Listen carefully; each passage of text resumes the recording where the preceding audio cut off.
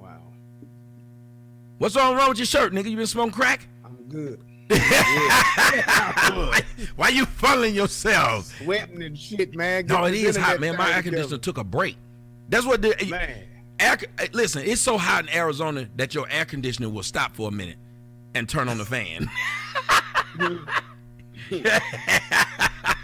Yeah, AC, like, AC, why you turn off? Like, shit, nigga, it's hot. Yes. It seems like it's hot out here, man. I got my, especially if you get one of them window units, I got my ass hanging out this window, the sun beating down on it, going in here. It's hot out here. I was like, God, dog, did my air conditioner really just stop? And I swear to God, if I could walk over there, I would show you. It says, in recovery. I'm gonna take a picture of this shit and put it on Instagram. It literally says, man, this hot as fuck. I'm taking a break. And hell no, it said in recovery. In recovery. I thought it was a joke. I looked around. I was waiting for Ashton Kutcher to come because I just knew I was being punked. Yeah, it's too hot for that. Yeah, that motherfucker said, no, I'm in recovery. Like it was an AA meeting for HVC. I was like, that motherfucker said it's in recovery. Don't just come and turn on this air conditioner, man. It's in recovery. So you got to like talk to it first and ask it to come on. I said, oh, it's too hot up in here. Like they were talking to me when I was in the, I don't know if you saw it earlier. They were talking to me when I was in the damn garage. Yeah, I saw that. I kept saying, well, turn your car off. You're going to die. And I was like, I'd rather die of carbon monoxide poisoning than this motherfucking heat. They said, yeah, he died, but his body was cool. Yeah, the motherfucker, coolest motherfucker, boy. When we came to see him, he'd have a bead of sweat on him. Yeah, but and that lack got them cool seats too, so you got to turn that AC seat on too, Jack. Right. I said, God, dog, it should never be this hot anywhere in life. And then when I got back, you know how white people always piss you off at their explanation of shit? You know, like when a dog chasing after your ass, and it's always some white person that says, he's more afraid of you than it. You are. The motherfucker don't look scared. He done chased me for 9 blocks. Scared niggas don't chase. Oh man. Then they want to tell you, just be still, it won't bite you. Next thing you know, that dog done took a chunk out your ass because a white person told you to stop. White people know animal rules too much. Stop telling people about animals. Hey, the thing is too, they don't fare too well with animals. when white folks when somebody die by animals, 9 times out of 10 it's a white person. 9 times out of 8, nigga. And they get attacked from behind. So that cheetah just ran that nigga down. Like, yes. Yeah. When an animal get us, that motherfucker got lucky. Like you could see an animal meeting when they crowd around each other. Yeah. And that one animal got that story of eating a nigga, that's like the story. Like, no, you're lying. I did. Got a little bit in my teeth. Tired as fuck, though. That nigga made me chase him all over the fucking Sahara Desert. That nigga was steady. He literally died of heat exhaustion before I ate him. It's amongst animals, that's like a trip. Like, yeah, we're going to go down on the Serengeti and try to catch us a nigga. Y'all going down there? Yeah, man, we're going to go down there for like 4 days, see if we can catch us one. Like, I think animals sometimes just let white people slide because they know white people stupid. Because he's like, you know, like the grizzly man. That motherfucker said, I'd rather live amongst the grizzly bears than humans. And there was a part when that lady was like, we should go. Right. Right. Oop, I'm up here with my bears, bitch. Right. That motherfucking, it was funny because that white girl was like, this shit is dangerous. Yes. She tried to tell him, but he wasn't hearing that shit. He heard that shit with that recording of that motherfucker going, I ain't never heard nobody. That shit was blood curdling. Yes. I said no. They don't know when to say when. Mm-hmm. It's like he was around that bear for days, man. It's like, all right, ain't you found enough? He like, nope, I'm with my people. Yeah, what he said. He said he would rather be with these bears than humans. The bears is like, okay. He said, them bears heard that shit. Said, all right, y'all. So he's not leaving. So what are we gonna do? Let's take a vote. What he say? He punking us now. He think we. Oh, you ain't gonna leave? You gonna be okay? Yeah, he think we ain't shit, y'all. This motherfucker filming us and everything, talking shit. Yeah. Like they know what he's saying when he talking to the camera. See, they are. I can look in their eyes and they can look in my eyes and they know we're brethren. There's just peace out here. White people, stupid. Them bears was in a gang meeting like, hey man, we the bears of Yellowstone, man.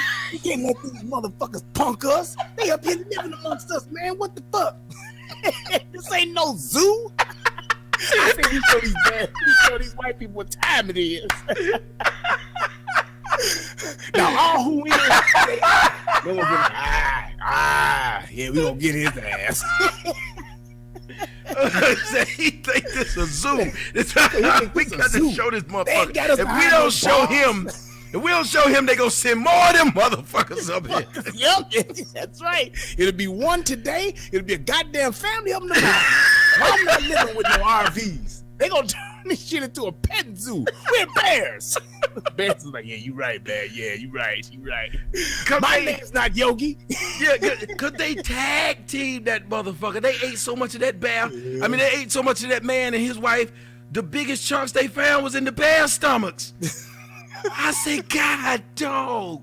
They ate the ribs and everything. They're like, I didn't know they ate bones like this. They devoured this white man. And he was talking cash shit. You can't be telling people. See, that been like me making a video in the middle of the House of Conscience. See, these bitch ass niggas, look at them. They all, I can look in their eyes and tell they won't do shit. Yeah. That's actually what I was saying. That's probably why I got punched. That nigga said he think he just all comfortable up in here.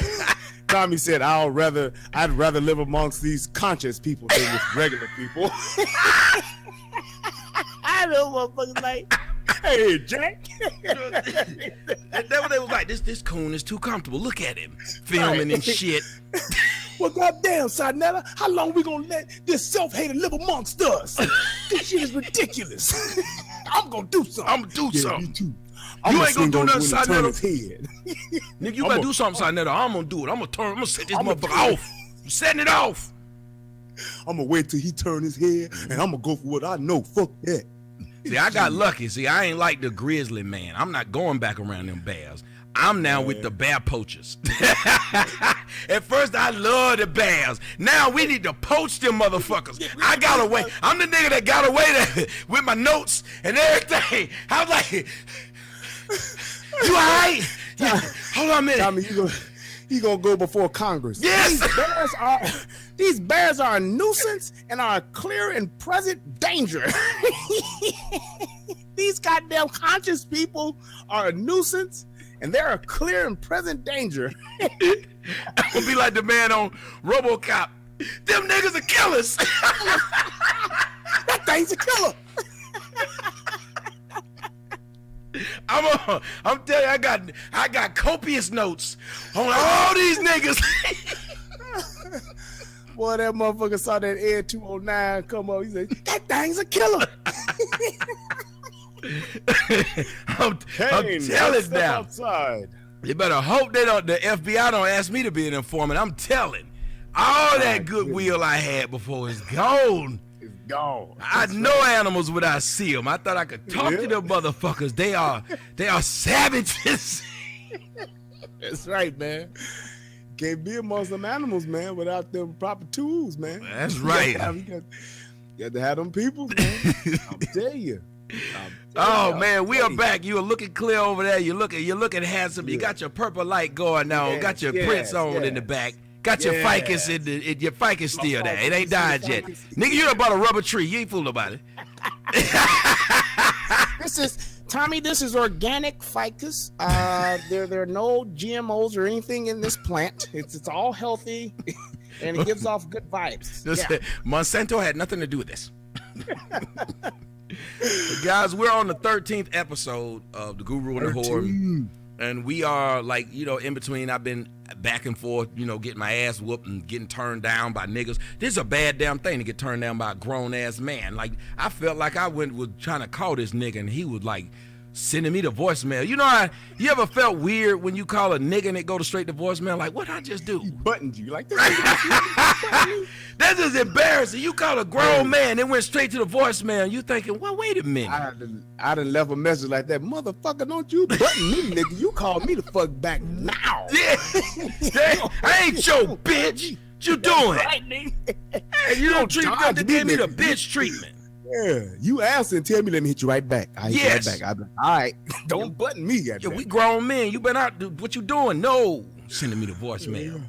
But you look at, you came up with the topic today, and maybe you can tell them about the topic and why you thought it would be something that's interesting to talk about. Cool. So, I was pondering, just as I always do when I'm in deep thought and coming up with solutions for the world's problems. Right. I was in deep thought, and no, I was actually just thinking about relationships, about all the things that's going on in relationships today, and just sex and love. And I was like, man, I said, it seems to me that we are more geared around sex than we are about love. And I said, why is that? What is the thing that drives us to be more sexual than loving? It's like, and I thought about it, and I said, maybe that's a discussion we should have, because I think that you need both, and I think that we enjoy both, but I think that we have such a craving to be loved and taken care of, but it's something that we just don't do well. We have a real fucked up way in how we do that. So I was thinking about that, and then the over sex thing, I was actually looking at just like Instagram and how these pictures are of all these women, and it's like everything is just about sex. And I said, which one is more important? Is it more about sex, or is it more about love? Is it just an unhealthy balance? And I wanted to, ask the question and have the discussion. Well, here we are. Well, let me ask, and I forgot, I'm up here knowing that people supposed to be able to call in this bitch, and I ain't done anything I was supposed to be doing. You got me trying to entertain these people. And I forgot to put up the show on the website and everything. So, and then I could have been doing it while you were talking, but I was so enthralled with your words. Yes, Tommy, I'm quite captivating. Yes. I was listening. I said, this motherfucker's the most interesting man in the world. You ever listen to somebody talk and be like, I don't know if anybody else notices, but this motherfucker's eloquent. You find yourself looking in the eyes of a grown-ass man. Go on. He speaks so well. He's captivating. I gotta tell somebody about this. Fuck TED Talks, Brian Talks. This nigga's a hidden jewel. No one knows about him. My goodness. Mortimer, we've struck it rich. I just sit up here and I say, why am I listening to this nigga so intently like this? I know the man, it ain't that important, but it is. Oh, man. but when you think about this whole idea of sex and love, I think that falls under me, literally and figuratively. But because I think to myself, not what a wonderful world, but trees that are green. I'm getting booed. These are the kind of jokes I get. You know, if your nigga's corny, he say corny shit. But yeah, I was looking at this from a way of, and I'll let you guys call in. We'll deal with a lot of you guys' calls tonight. So let me make sure I get all that stuff up so you can call in, because I don't have it set. But I'm gonna let you talk after I say this so I can finish setting this up. But I just wanted to say, I looked at my life, and a lot of it was based upon, I figured that sex is important because as I grew up, everybody talked about sex. Like, sex is the number one course of conversation. In high school, it was if you got your dick sucked, or in middle school, it was if you were fingering bitches, which is sad because my daughter in middle school, but that's neither here nor there. That shit made me mad. I'm gonna take out that middle school. She about to get homeschooled. But I was sitting there, and that's what life was about. And at young ages, sex was more important than anything. We were fucking and shit in high school when we didn't even know where we were gonna go to college. We were fucking and shit in high school. We didn't even know what elective we were gonna take. We were fucking and shit in high school when we didn't even have enough money to buy ice cream at the lunch counter. Like sex was that important. And then now today, the music says sex, sex, sex, sex, sex. How do we actually have a functional relationship when without sex, we typically don't have anything to talk about with the other person? How many of you have you noticed that when you're not fucking somebody, like, I don't like you? And that's a lot of what happens with us. And I think I probably look like a fool, but like when women who I like being around when I'm not fucking them, when I say it to them, they probably look like, well, why are you saying this? When I would hope that they would understand. A lot of times when you get through, like I've got through having sex with people and thought to myself, I don't want to have sex again with anybody. Like, I don't even want to be in a relationship with a motherfucker. Like, I don't know if that's ever happened to anybody else, but you just sit there and you're like, once the sex is out of the way, there's so much of not anything left that you just get tired of it. Like, it's the same fucking routine. I work hard to get this sex from this person I don't like. I work hard to get this sex from this person I won't see for 9 more months. I work hard to get this sex from this person that's a fucking idiot. But sex is more important than the other stuff because I never asked about the other stuff. I just asked about the sex. I didn't ask if this person could have a good conversation. Didn't even have a conversation with the motherfucker before I fucked him. The first time I heard the bitch voice was when my dick went in. She said, ooh, that's all. You got a nice voice. You been just texting a motherfucker. Like, think about it. It was so impersonal. When's the last time I picked up the phone and talked to a bitch? I can't remember when it was.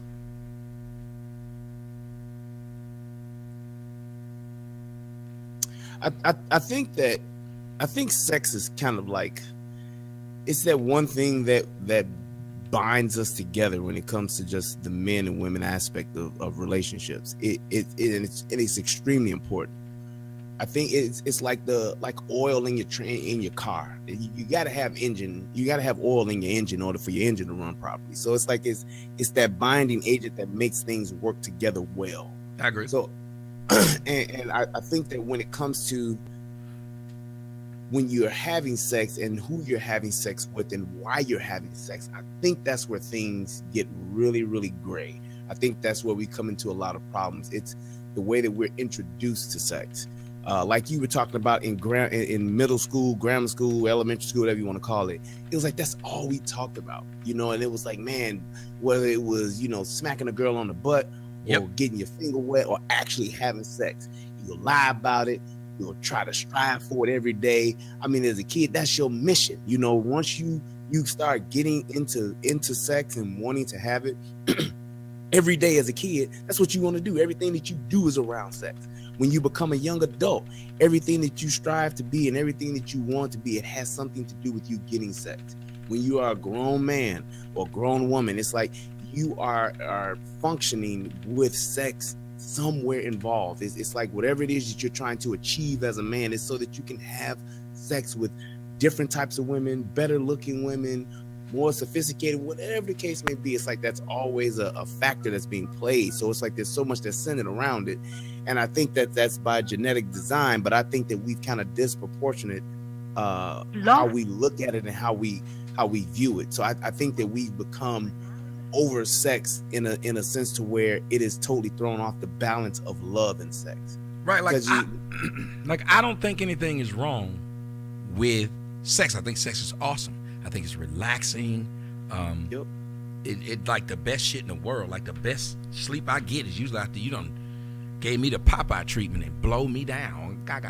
But the point is, he said the Popeye treatment, and then put the But the point is, like, a lot of times when you have sex with people today, as soon as it's over, you don't want them to touch you. You don't want to cuddle. You see all the flaws. And I think that's what I miss, because I actually kind of like the idea of, like, sex is like dessert. It should be, in my opinion. You eat for sustenance, but the dessert part of it is what you look forward to. It caps off everything. Right. And I look at it and I say, it's great when I can fuck you and feel great. But it's even better to me when I can lay there with you and talk. And I think that's what the younger people are missing. Because probably young people, when they get through having sex, they start texting each other or get online and pick their phones up. Like, I know, and ladies, you can probably tell me if there's some truth in this. You probably can tell me too, Brian. And I'm going to go to the phones after I toss the question to you. You know when you're really into somebody when you forget to look at your phone nowadays, I think. I think like when you don't pick up your phone, you don't care if the battery dead. You just want to be under that person. And you spent 1 hour, 2 hours, 3 hours, 4 hours. Next thing you know, you done spent a whole day with somebody. And you don't want to go to work or you don't want to leave and they don't want you to leave. Like, I think it's that mutual want that sex can enhance. But I don't think sex is looked at as a dessert or an enhancer anymore. I think sex is looked at how women are using makeup. Makeup used to be an enhancer to the beauty you already had. Now, makeup is the beauty you have. Right. Without the makeup, you're not beautiful. I think sex is the same way. Without the sex, we're not together. There is no in between. I need the sex to feel important, and without the sex, I'm not important. Agree or disagree? Or do you see where I'm coming from? I totally agree. And I believe I believe that one of the two things that play a factor in that is, number one, it's how we are introduced to sex. Very good. So, because I truly believe that those first few sexual experiences that you have, they begin to write your sexual blueprint. When you talk about, your favorite positions, or you talk about those favorite things that you like about sex, usually that stuff kind of comes from how you're introduced to it, what it is that those first few sexual experiences were like. That tends to become your norm. Now there can always be things that can like change you. Somebody can, rock your world or do some move that just changes that. But for the most part, you begin to write it by the way that you're introduced into certain things. I think the other part to that is because we aren't taught how to love, we aren't taught how to take care of and care for each other. I think we lose a certain part of intimacy. I think that we lose that certain part of wanting to be with somebody for the right reasons, and that person is with you for the right reasons, to where you can appreciate each other as people. Sex aside, when you do have that orgasm, when the actual sex is over, when intercourse is done, you both had the best orgasm of your lives. Now what's left? I think that there's such a imbalance in that, is that a lot of us are with people and we don't have that. There is nothing left. You know what I'm saying? So it's like you're so used to not to having empty sex that you've lost the true enjoyment part in having the intimacy of what sex does. Because like you said, if sex is the dessert, then there has to be a certain type of meal before that. And I think that when you just eating dessert all the time, yep. You get used to it, and then you get to the point to where it's not anything that's that exciting. So you just eat that cake, or you eat that ice cream, or you eat that pie. You just like, yeah, it was good. Okay, now on to whatever it is I was doing before. Whereas to where you can appreciate that whole meal, when you've had a great meal prepared for you, you can enjoy the whole course. You can enjoy every single course.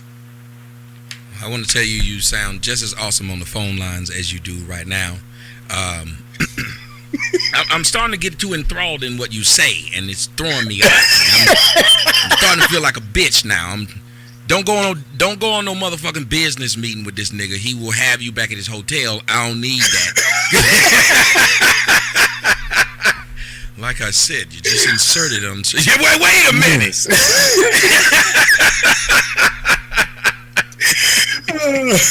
Okay, it's like that beginning of that Lou Rawls song that just everybody knows. It's that you'll never find. Right. Everybody know that part. You don't care about nothing else. You just know that. Everybody hear that part, like, yeah, that's the jam. Right. But you said something that's very relevant. And guys, the lines are open right now. The number is 213-943-3362. We're literally going to jump in with you guys. So the lines are open, and everybody on the line, they can hear us. But you said it's the way that many of us are introduced to sex. My introduction to sex was, I remember when I was in elementary school, so I grew up in the hood, and I remember, I'm from the South, so we have this word called hunching. Hunching. Yes, we used to get on top of the girls and just full clothes and everything, but we was having sex. We just hunched the shit out of them, boy. We called it grinding. Grinding and humping. That's what we called it. I was grinding on her in the corner over there in the garage. Yeah. I gave her the business, boy. I'm scared though. I think she might be pregnant. Yep.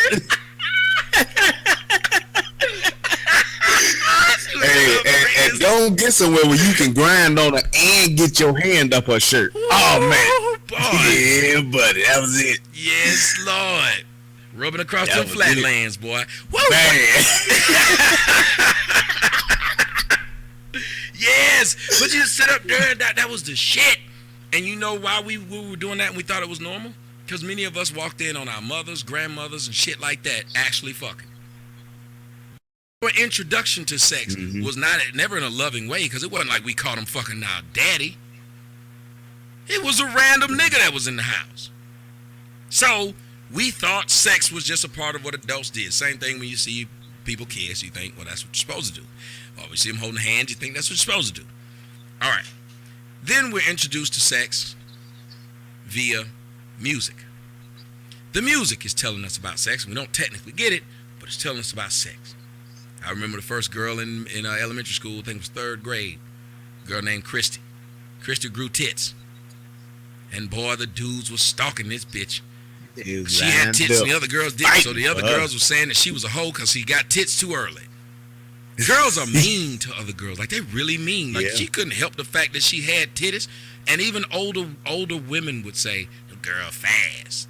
So then now, everybody's talking to this girl in a sexual manner.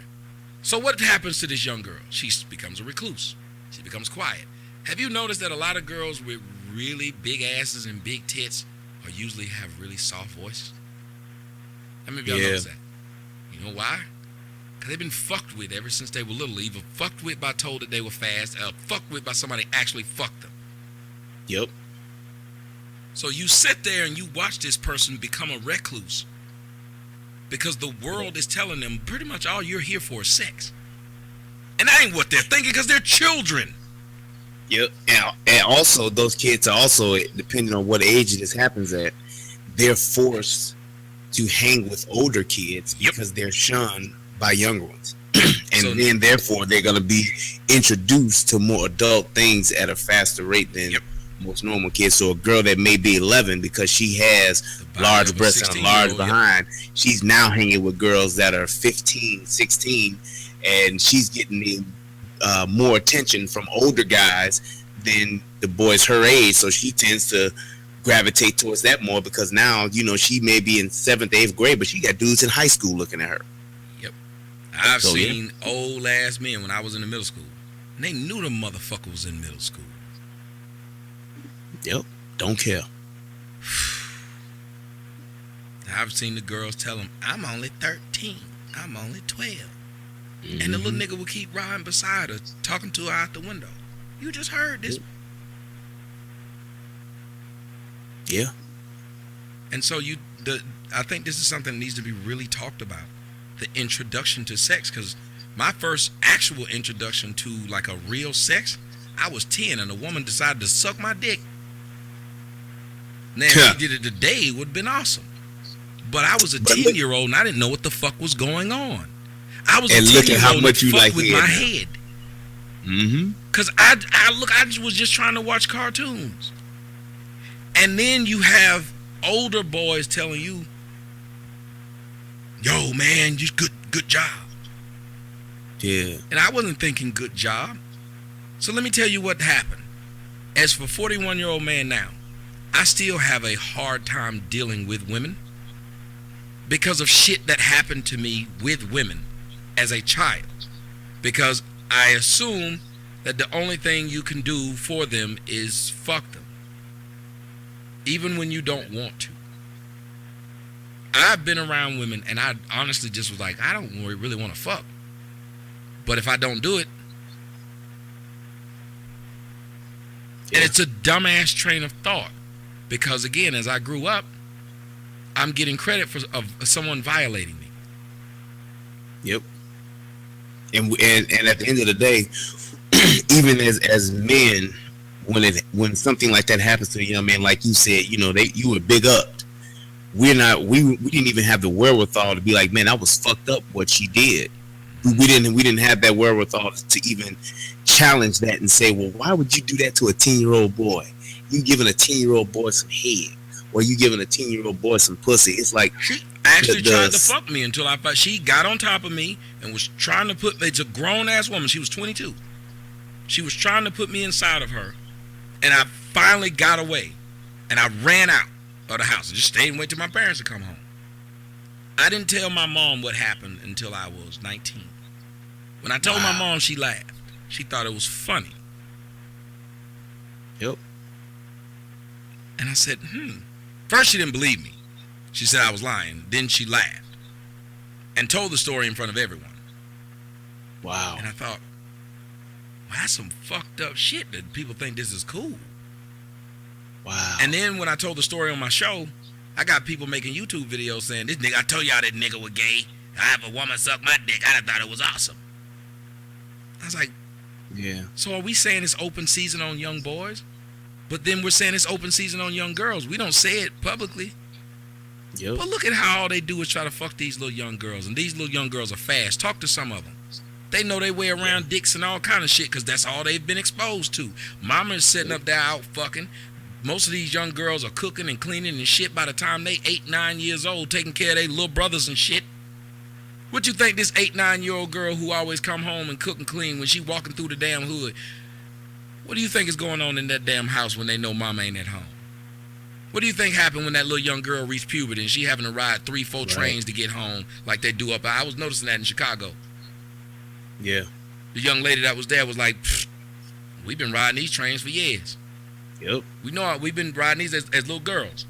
And she said as little girls, you would get these old men trying to holler at you when you was just trying to go to school. Yeah.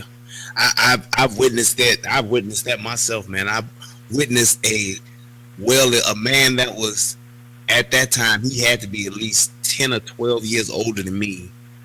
I'm like maybe a freshman in high school, and I seen that dude hollering at a 12-year-old girl and kept on pursuing her. Now, me being the dude that I was, me and my boys, we didn't care. This was, it's our neighborhood. We dogging him. And this was the big time dope dealer. And the people who know me know who I'm talking about. This is a big time dope dealer in the neighborhood. Had, a sweet truck with rims on it and everything. Had a Cherokee with rims on it. So now, nigga, you know who I'm talking about. At the end of the day.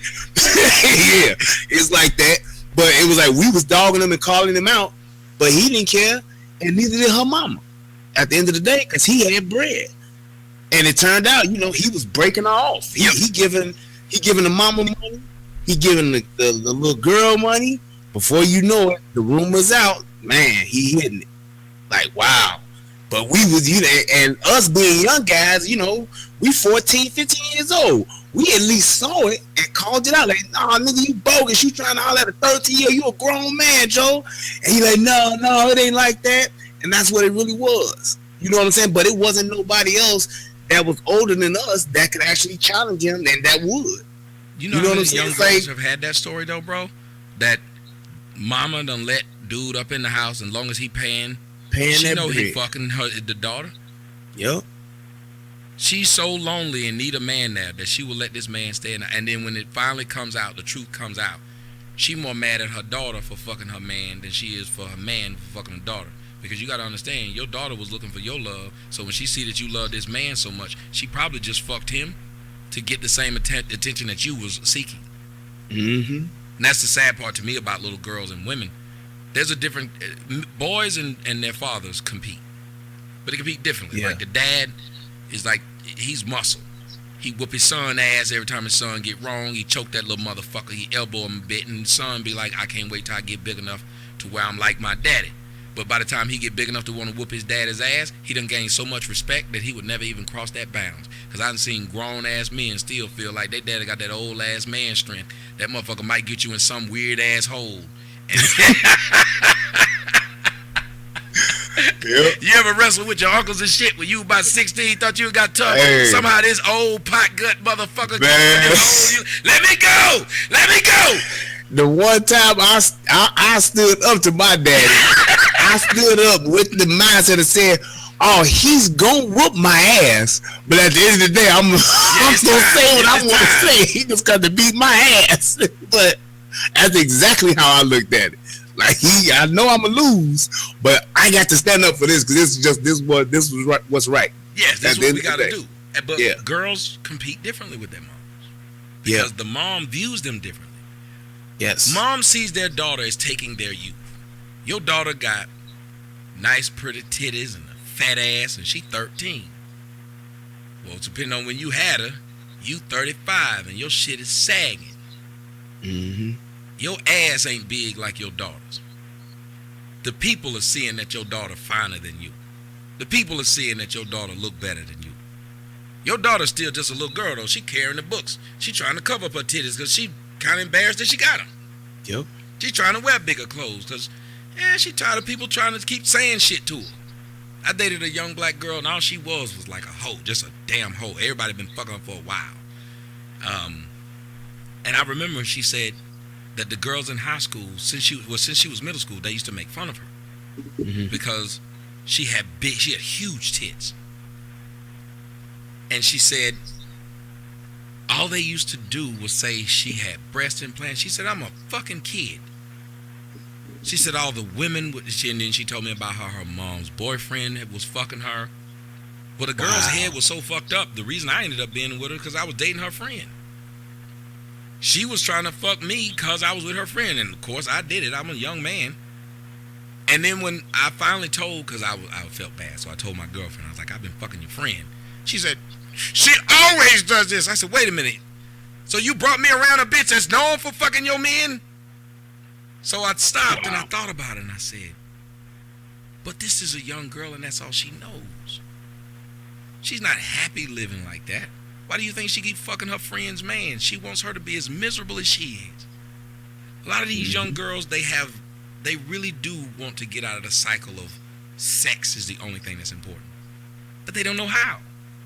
Because when you are raised in dysfunction is all you know. And if you stop and think about it, today, relationships are built on sex, parentheses, dysfunctional sex. It's not even healthy sex, most of the sex that we're having. Women are having sex with dudes they know they don't really like, and the sex is raw, and then they get a kid by this dude, and they have the kid with a guy that they don't really like, but it still is bringing them into womanhood, and it's giving them something important to talk about on Twitter and Instagram, because I'm pregnant, and I got a baby, and this nigga ain't shit, so now I can be a part of the drama, because there's no joy in an actual, stable relationship. Am I lying? Nope. And to further elaborate on that, the reason why it's like that, it's because, and you said this, and it was one of the best ways I've heard it put. A father is the one dude that will spend time, show love, and do all of these things with a daughter. He's the only guy that she will ever meet that doesn't want something from her or doesn't want to fuck her. Mm-hmm. The only one. So with that being said, a young girl who's growing up and she's being either ridiculed or she's getting a tremendous amount of attention because of her body and how she looks, because she doesn't have a father to show her to be more than her body, to teach her to be more than her body, to show her and to take care of her and to treat her and to be the only guy that's not trying to fuck her, then she doesn't know anything else but that. Mm-hmm. So this is all that I am. And once I begin to lose this, then I feel like I'm losing myself. I feel like I don't know what else to be besides pretty, besides big breasted, besides a nice tight ass. I don't know what else to be besides that, because that's all I've ever been. At the end of the day, during the height of my lifespan, the best years of my life were attributed to how I look. And because I don't have anything else to offer, now I feel less than what I was. So now you have this woman who is raising another young woman, and she sees herself in that younger version of herself, and so she begins to envy it and to be jealous of it because she has nothing else to offer. She doesn't have a career. She doesn't have a great marriage. She doesn't have other things going for herself that she can put her time, energy into that will make her feel just as good about being who she is. So now all she sees is a reflection of what she used to be, a bigger and better version of what she was. And she begins to envy it to the point to where she's jealous of it, to where she wants to tear it down, to where she doesn't want it to be better than her. So now she will subject that little one, that little version of her, to anything.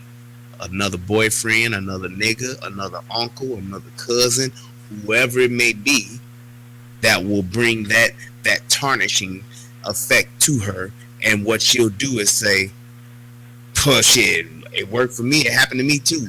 Look how I turned out. Oh, you turned out to be all right. You ain't the worst. As opposed to what men do, we want to build and create because we want something to be better than ourselves. I want my daughter and I want my son, when he does come, to be a better version of me. I want him to be me plus. I want my daughter to take on the things that I am, and I want her to be more. I want her to be a better wife. I want her to be a better mother. I want her to be better.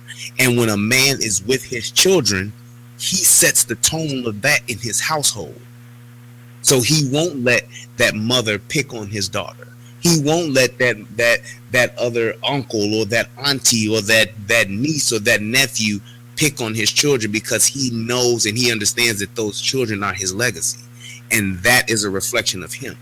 That's why we are the disciplinarians in the household, because we want to make sure that you don't tarnish my name and you don't tarnish my image, because you represent me when you go out into the world.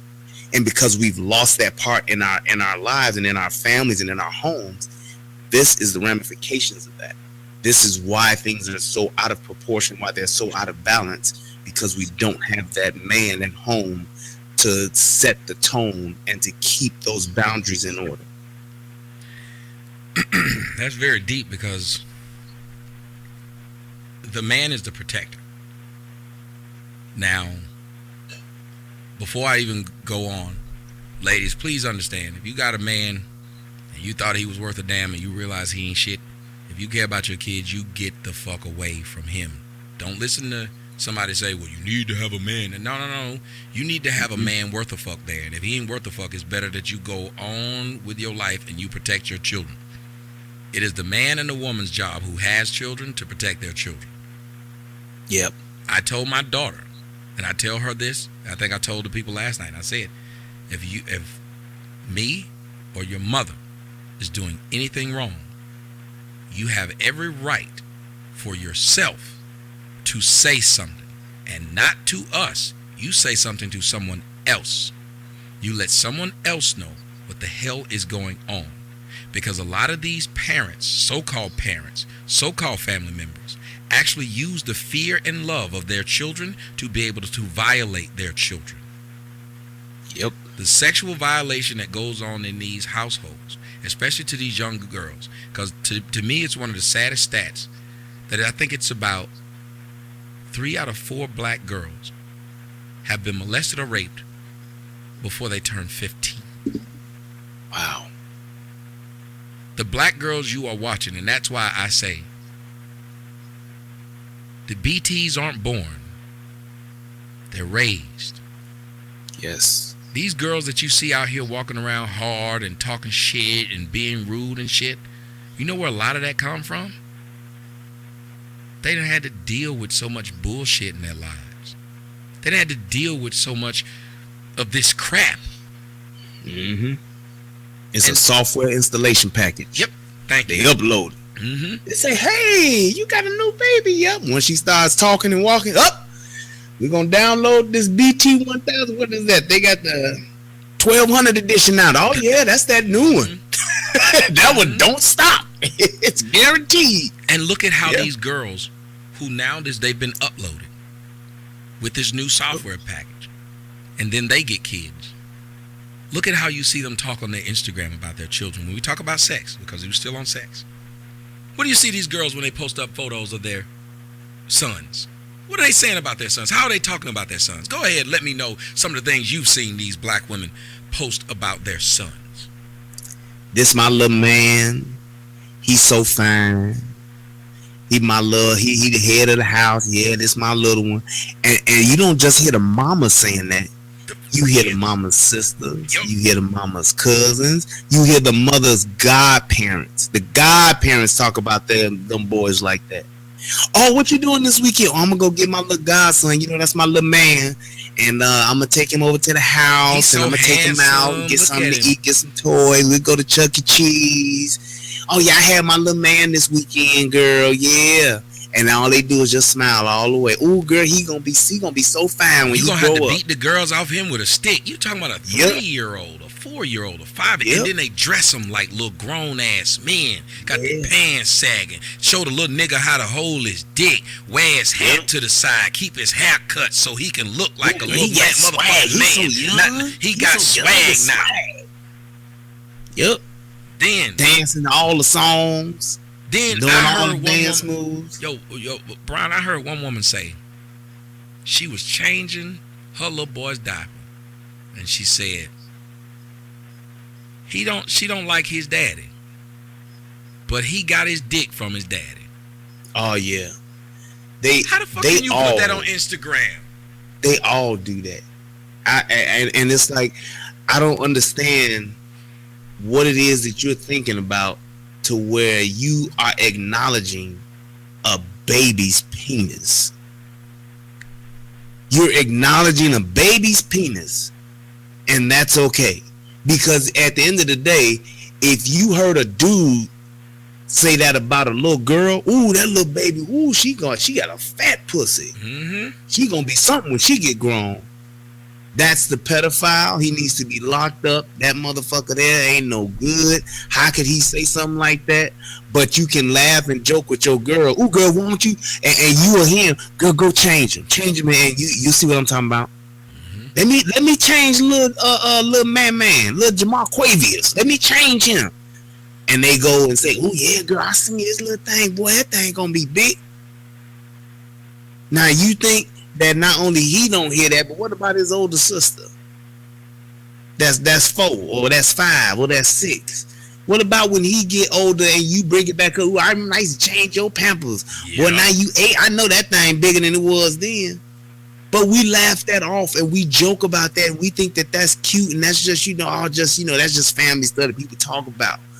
And it's like that's where things are going off the rails, and we don't even recognize it at a young age to where that's where we need to curb it. That's where you need to change it. You treating your baby and he's 5 like he's your man. There's something wrong with you if you're doing that. And then think about this. What are these women doing to their daughters? First off, they're doing shit that men would never do to their daughters. They're dressing them up. They're putting lipstick and shit on them. They're putting them in short-ass clothes.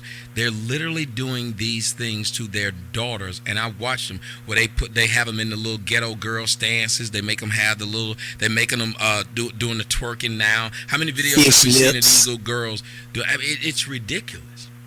Yes. It's like at my daughter's 4-year-old birthday party. It's back in May. We had a party for her. And there were some kids that came from, some of her friends from school, some friends from church, whatever the case may be. But I saw 2 little girls. They were sisters. One looked like she was maybe 6. The other one looked like she was maybe 3. Both of them had on lipstick. And I said, what message are you sending to them now at this age? To where they have on lipstick. Now, if they playing, little kids play makeup or whatever, that's one thing when you at home and you doing that. You got your kids out in public and you have them with makeup, with makeup on, and they wearing lipstick, and I'm talking like bright red, straight up hooker lipstick. Why would you put that on a kid and you know that this kid is out in public and because you're setting a precedent for them to do it now, so when they 13, now they gonna look 17. And you're doing that to a kid, so what do you think they're gonna attract with that?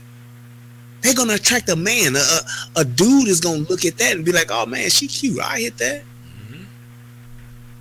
That's what he's gonna think. So it's like you're setting you're putting the wrong, just the image of what you're doing to what we're doing to our children is so disturbing, and then we wonder why the outcome is what it is. Well, why she got a baby? How she have a baby at 13?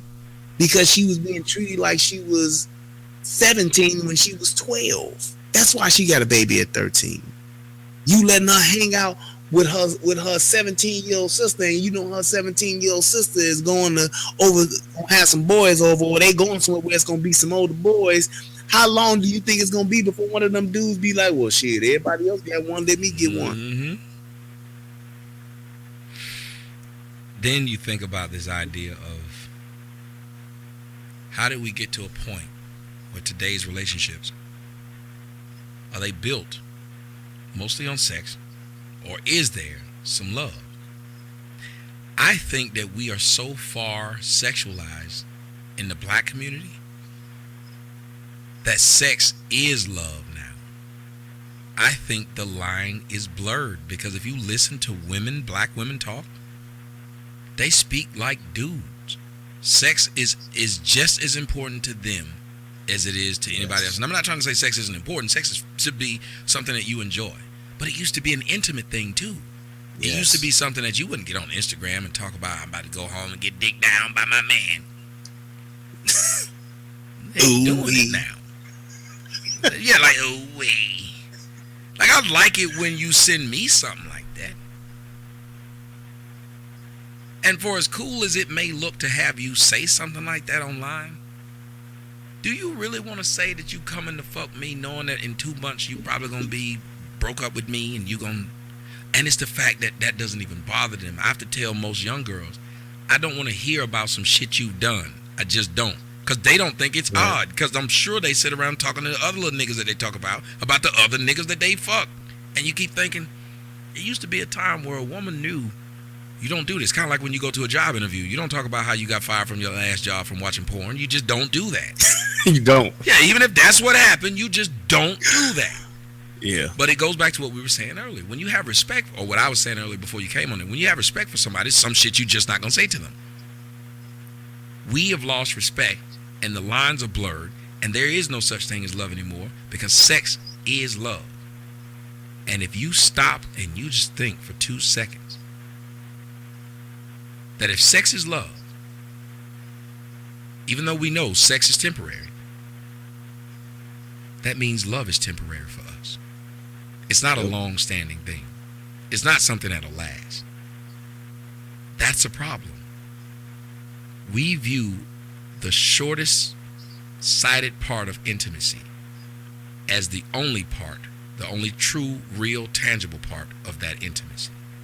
And that's where we're stuck. I think that's why black women are so wanting to have children, because it at least makes the sex part last longer. And many of them say, I'm looking for someone to love me unconditionally. And they believe their children will love them unconditionally, which is false, because when their children get to the point where they start to learn shit on their own, they too are going to look at them and see the faults and then want to go off on their own. But many of these women are saying, I want the love. And let me just say this. They're saying, I want the love I didn't get because I didn't have a father.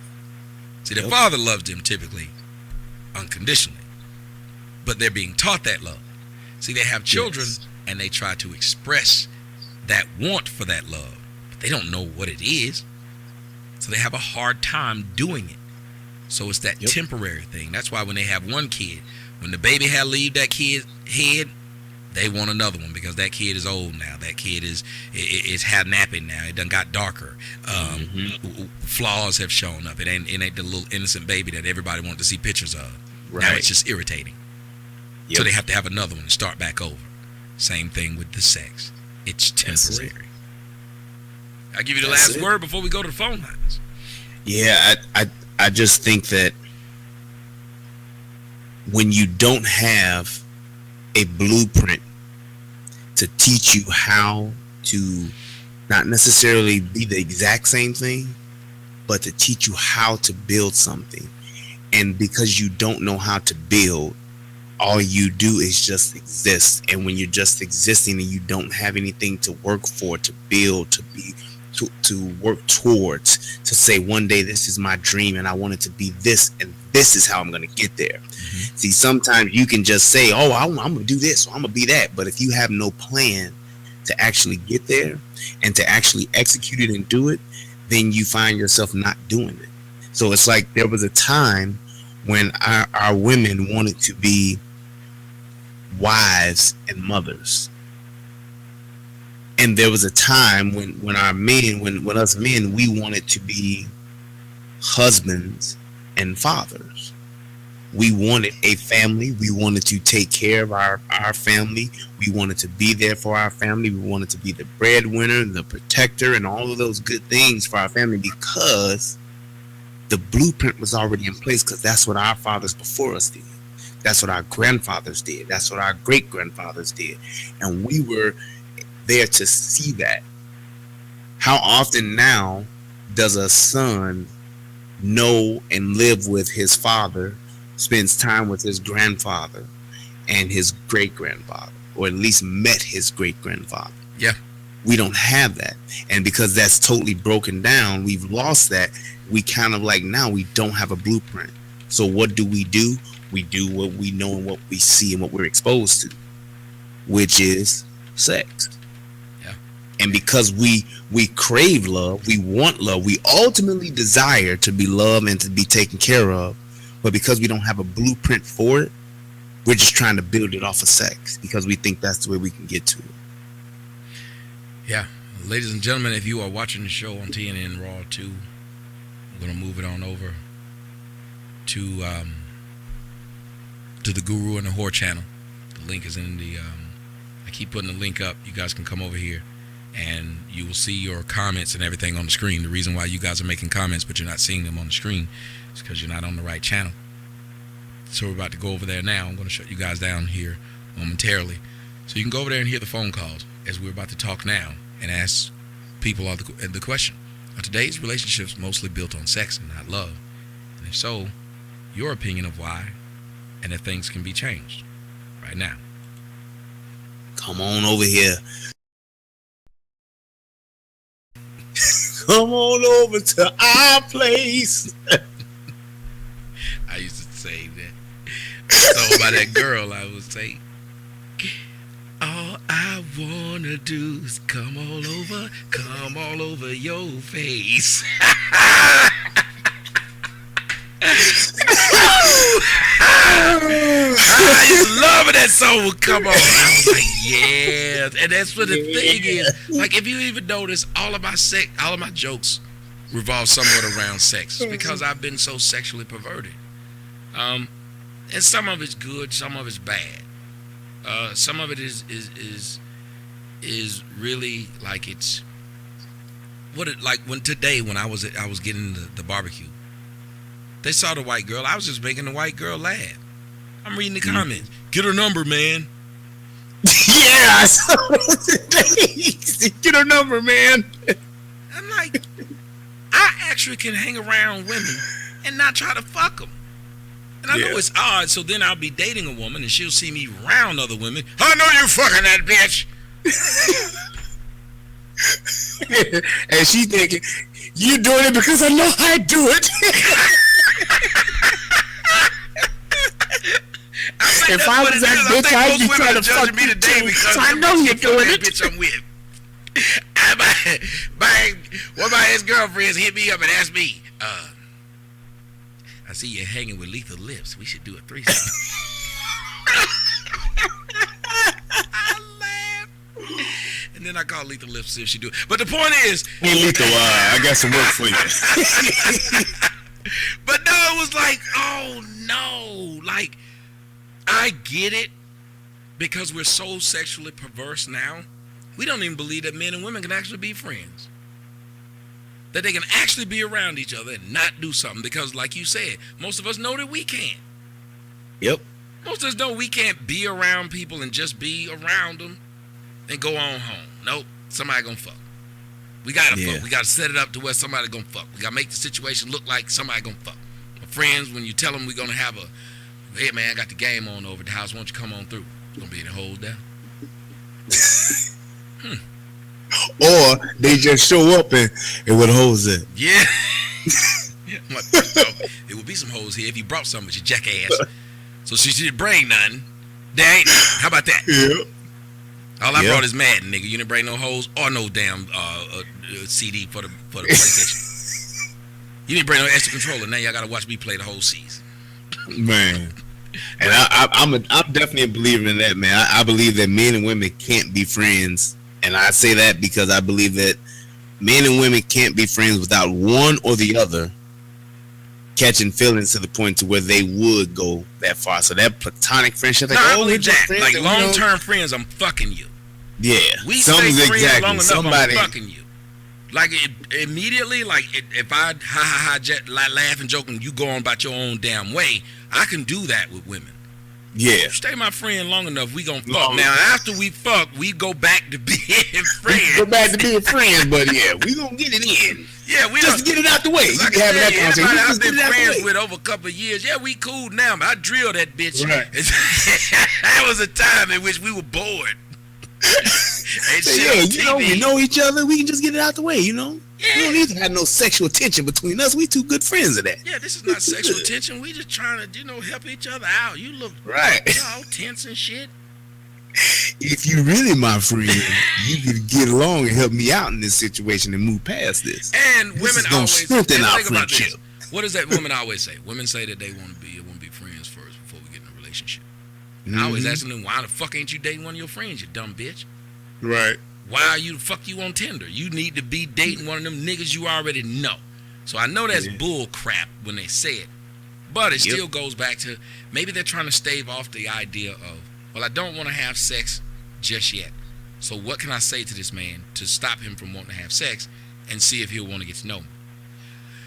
But I don't know what's the correct way to go about it, because I always tell people, look, if you are more than just sex, then people will want to stay around you after you have sex. But I think that most of us aren't more than just sex. This is the fine line. Our relationship's mostly built on sex, yes, because I think that most of us just don't have likable personalities. I think that most of us just aren't good people. Yep. Most of us don't have interpersonal skills. Most of us don't know how to hold a fucking conversation for anything unless it's just me. Because the only thing you do on Instagram all day is what? Talk about me.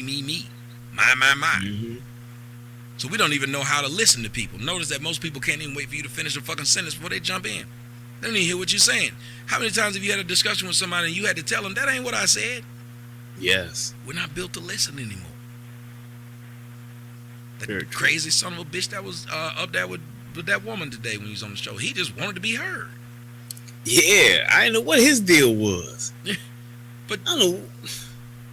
That nigga that sit up there and he's still going strong with his video about me right now. This nigga done been on air for 6 motherfucking hours, and his whole damn thing is, I'm gonna find as much dirt as I can to throw on about you. I just been sitting there looking at this nigga. He's still going, and his bitches are cheering him on.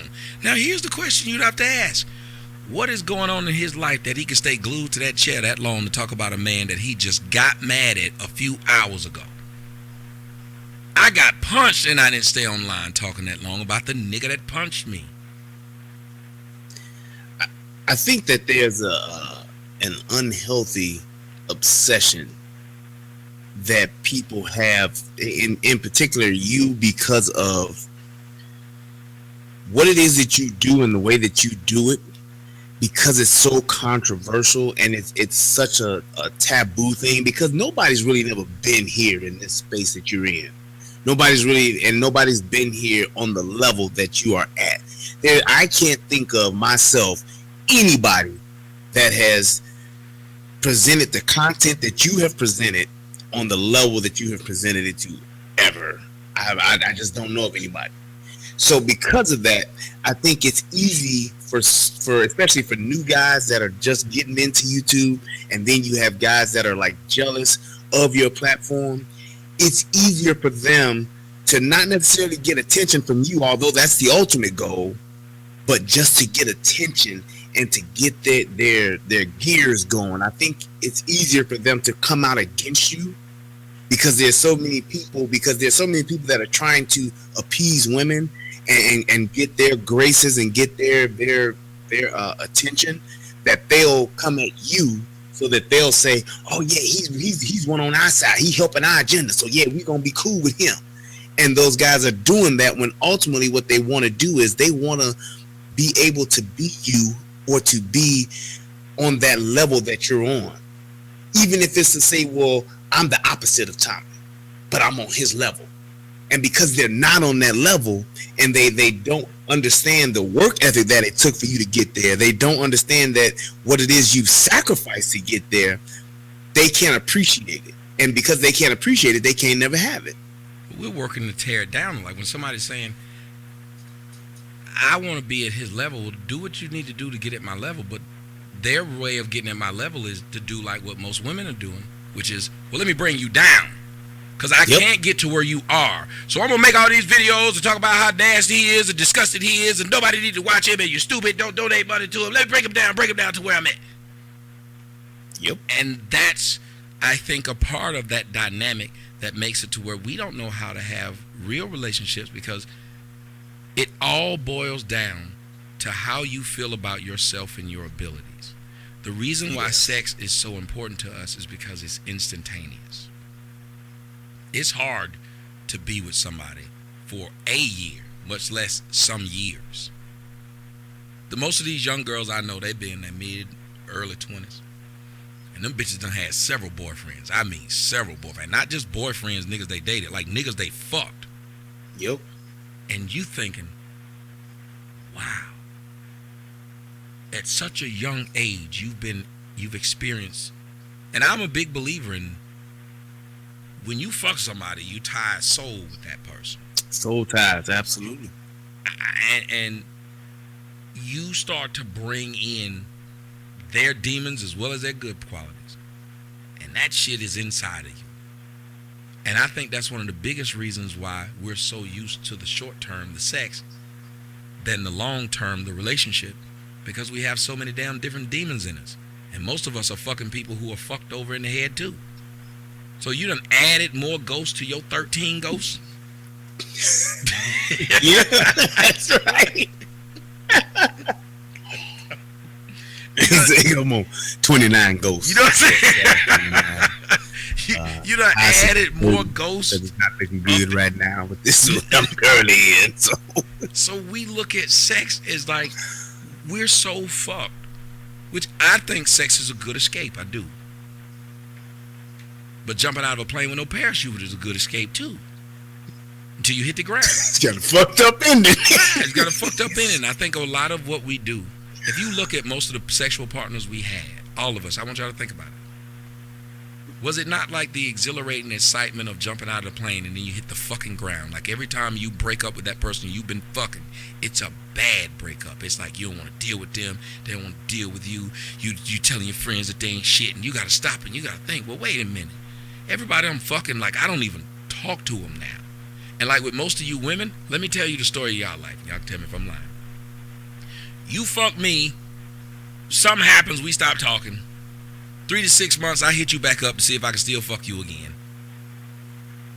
3 to 6 months after that, I hit you up to see if I can still fuck you again. Eventually, you give in, because whoever you was fucking after you fucked me, that broke up.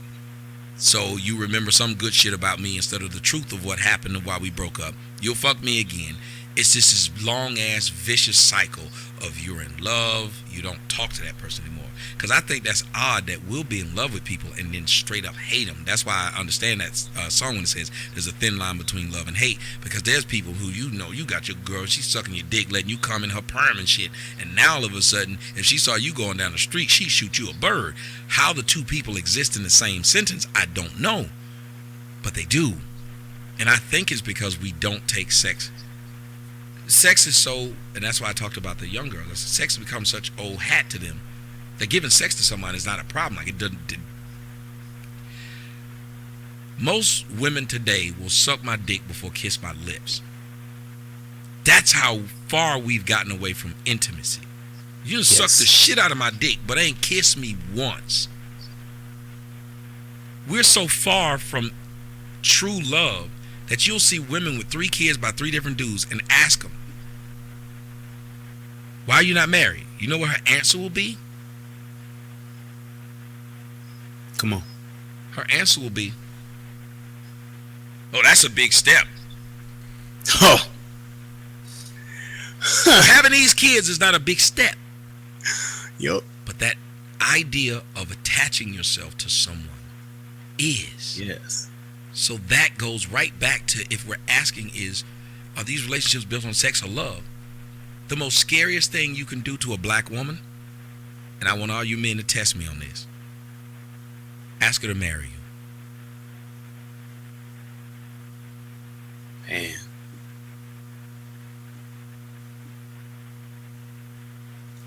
Yep. I ain't running for that. Yep. Especially if you don't have like no big present carrot to dangle in front of her. Like you got a lot of money, or you got a lot of resources, or you can do a lot for her. Yeah, right, nigga. If you got money, do not offer to marry that bitch. Don't do it. Yeah. She will say yes. In a heartbeat, you gonna be like, what the fuck? Tommy was sold me a dream. That bitch would be up there like, because I still say yes to you again. Got your ass like, how are you? Yeah, or if you do offer to marry her, do it with a premarital contract, to where y'all don't get shit, but what y'all got if y'all break up, and see what she say. Watch how big of a step it is now. Right, because or don't have shit. Because you can get a woman to do the. When I thought about it, I really just sat back and I said, I've had women, literally most of the women I've been with, will suck my dick before kissing me. And they will say, well, kissing is intimate. What? And they really mean it. You can fuck me, but kissing you can't hold half these bitches' hands in public. What you know about Climax Raptor 50? But you can't do. We're not looking for relationships. It's not even the dudes who avoiding posting pictures of the bitch that he's supposed to be with on Instagram. The bitches don't want you to put picture up there either. Cause she knows she fucking 5-6 different dudes and you fucking 5-6 different bitches. So even though y'all fucking, y'all avoiding each other's social media because you want nobody to know, because you still want to keep up fucking other people. And what brings on that type of mentality the way you are what is the purpose of you sleeping with that many dudes, to where number one, you don't want them to find out about each other, and number two, what is your end goal? Yeah, you letting your body just get pounded. Yeah, right. That's what I don't. So from the guy's perspective, dudes, at the end of the day, no matter how you want to look at a woman, a dude gonna want to sleep with as many women as he can because it makes him feel good. He wants to have sex and he wants to, get that thing off. He want to get that nut.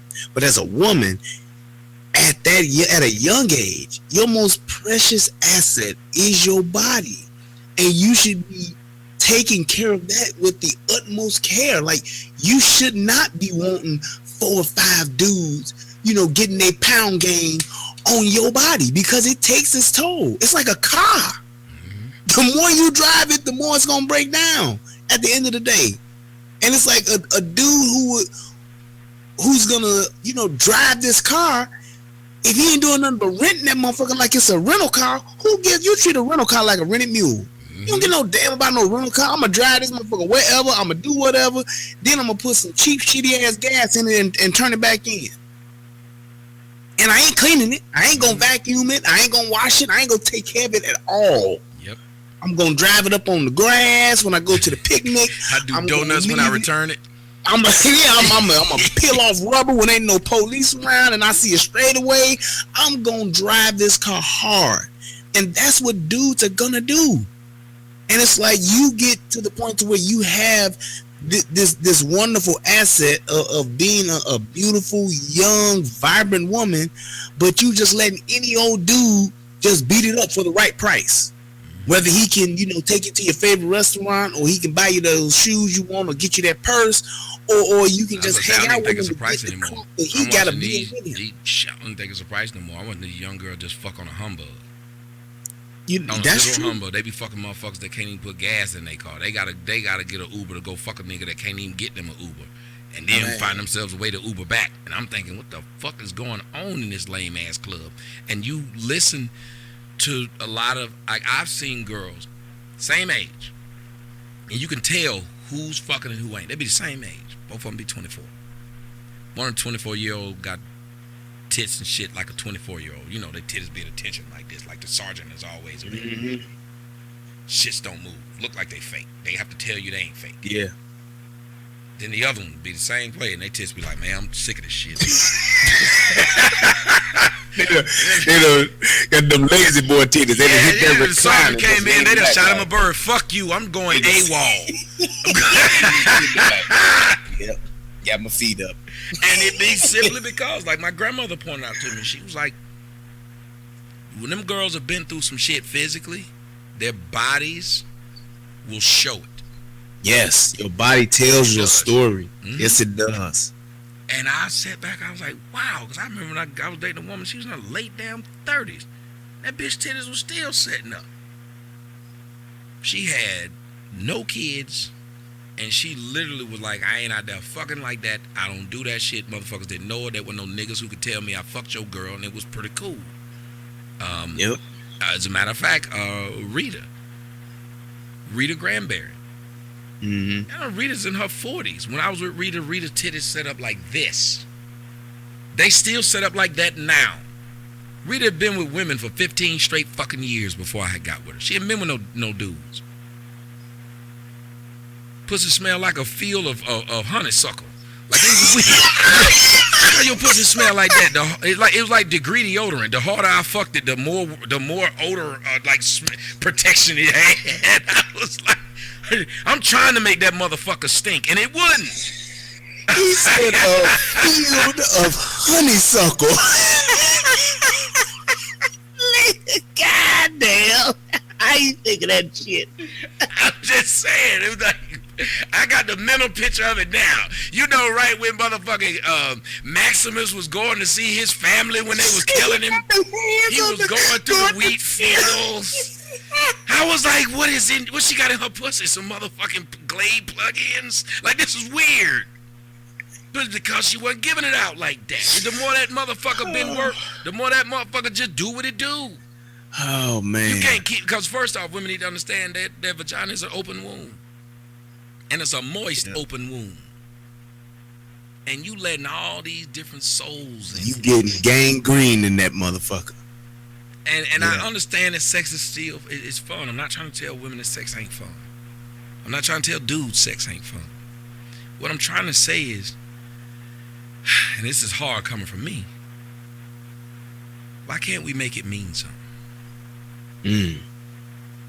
Why can't we make it mean something? Yeah. Why do we just fuck anybody? And this is to the dudes. I don't know what the ladies are doing. I know they kind of do it, but to us as dudes, we fuck anybody. Yep. We literally fuck. Why do you think them trannies out there smiling and shit? Because we fucking them too. There's no reason for these black trannies to be out there just bold than a bitch out there telling you, yeah, I still got my dick, and on Instagram with 30,000 fucking followers. Niggas is putting hard eyes in their comment section and shit. Yeah. And you would think that for women to see that and to see how just not just transsexuals but just the nastiest of women, fat disgusting bitches with 4 kids and shit. Yeah, and they still got dudes sleeping with them. It's like, I get the attention piece that you may want from that, but at the end of the day, for the young women anyway, be with somebody that you can build something with. Because at the end of the day, that's all you're going to have is what you have built yourself. Build a life with somebody. Don't just say, I'm just getting mine. I'm just out here getting it. Or like I saw on one of these shows, somebody was talking about going through a hoe phase. What the fuck kind of shit is that to where you go through a hoe phase? That in itself is a concept that women trying to get men or just trying to get society to okay you just fucking and sleeping with anybody, and then when you're done, Now you're supposed to be treated, and I'm supposed to walk you down the aisle and profess in front of you, the world, and God Almighty that you are just the woman that was created just for me after your whole phase. That doesn't make any sense. So it's like, women, you need to the young women, because the hoes that are out here hoeing already, hey, you doing what you're doing. But to these young women that will see this, when you deciding that you like somebody and that you might want to sleep with this person, or they look good to you, you're attracted to that person, look at who that person is, sex aside, what this person goals are and what they can actually do in their life, who they actually, what they're saying they want to be, and if they are actually in position to be that. Because at the end of the day, if you're not going to be with somebody that you can build a life with, and I'm talking about a real life, I ain't talking about somebody that you can just go to the show with to watch the latest Transformer movie, and then y'all go get some Wingstop, and then y'all going back to the apartment that's below somebody else's house to sleep and run to fuck. Somebody that you can actually build a life with. Those are the men that you want to spend time with, to get to know, and to, sleep with or whatever, because at the end of the day, this person is actually doing something. And what that will do for the lazy ain't shit nigga, that's going to make them step their game up and want to build and create and to become somebody. That's exactly what it is that you should be trying to gravitate towards, because that body ain't going to be there always. And by the time you get 35 and 40, you should be to the point where you like, you know what? Yeah, my body ain't like it was when I was 22, but I've built such a wonderful life with my husband and with the kids that we have. This is what I got to look forward to. This is my reward for me doing the thing the right way. This is my reward for investing my time, energy, and resources into a good man, into a man that's doing something. Because what we do now is you go through your whole phase, you sleep with whoever you want to sleep with, and if you got kids along the way, so be it. But now your ass 35, 40, and now you want something real, and you want to settle down. And ain't no man in their right mind that got resources that can take care of a woman and take care of his kids and build a life together. Why would I want somebody that's 40 that's talking about, well, I know I can fuck and suck good? Yeah, but you 40. How many other people have had that? How many other people have been using you, and you thinking that's getting you ready for me? Yep. Bullshit. I'll take a ride, but I ain't buying that car. Yeah, very true. So keep that in mind to those young ladies that still got your youth and you still vibrant and beautiful and all that. Use it to your advantage to where you are building something and sleeping with somebody that can do something for you and help you build a life. Not just cake your ass and take care of you for the rest of your days, but that can be there to build a life with you, for you and your children. We're going to go to the lines, but a young lady, Chastity, in the chat room sent me a message, and she said, I've been married for 24 years. Sometimes we need to learn that sex comes with love, not the other way around. Yes. Sex is always good, but it's great with the one you love. We've forgotten that. We need to do better. Wow.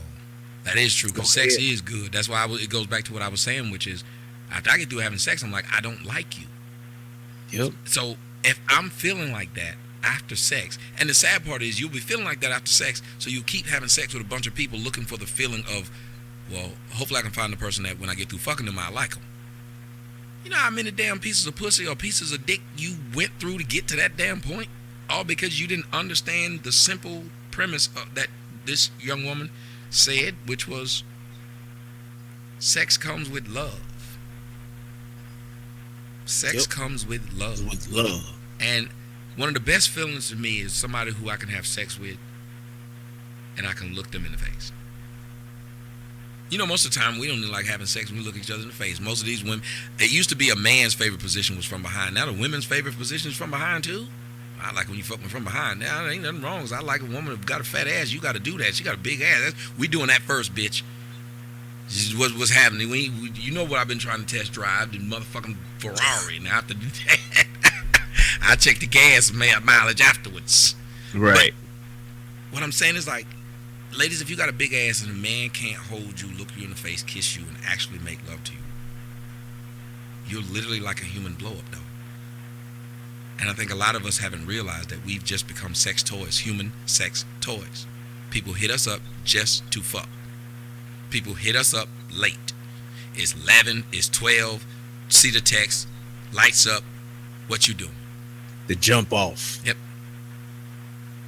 And it's become so normal now, and nobody even has a problem with getting that text. I'm still the dude that if you text me after, and I'm a weird dude, women will tell you, you text me late, I won't answer. Fuck you. Even though I am. Now, if we are intimate like that and we are together, then you can do it. But just random bitch, to me that means how many other dicks you been chasing all day and I'm just the last dick left. They're the last dick standing. And women do the same thing that men do. They're literally out there, they're just, it's a night where I just want to fuck. Let me hit up the niggas I fuck, see who answers. I had a girl that hadn't talked to me in like a year. I'd have thought the bitch was dead. Literally, I thought the bitch was dead. We was in a relationship and she just stopped talking to me. Motherfucker hit me up like 3 weeks ago talking about, I want to come see you.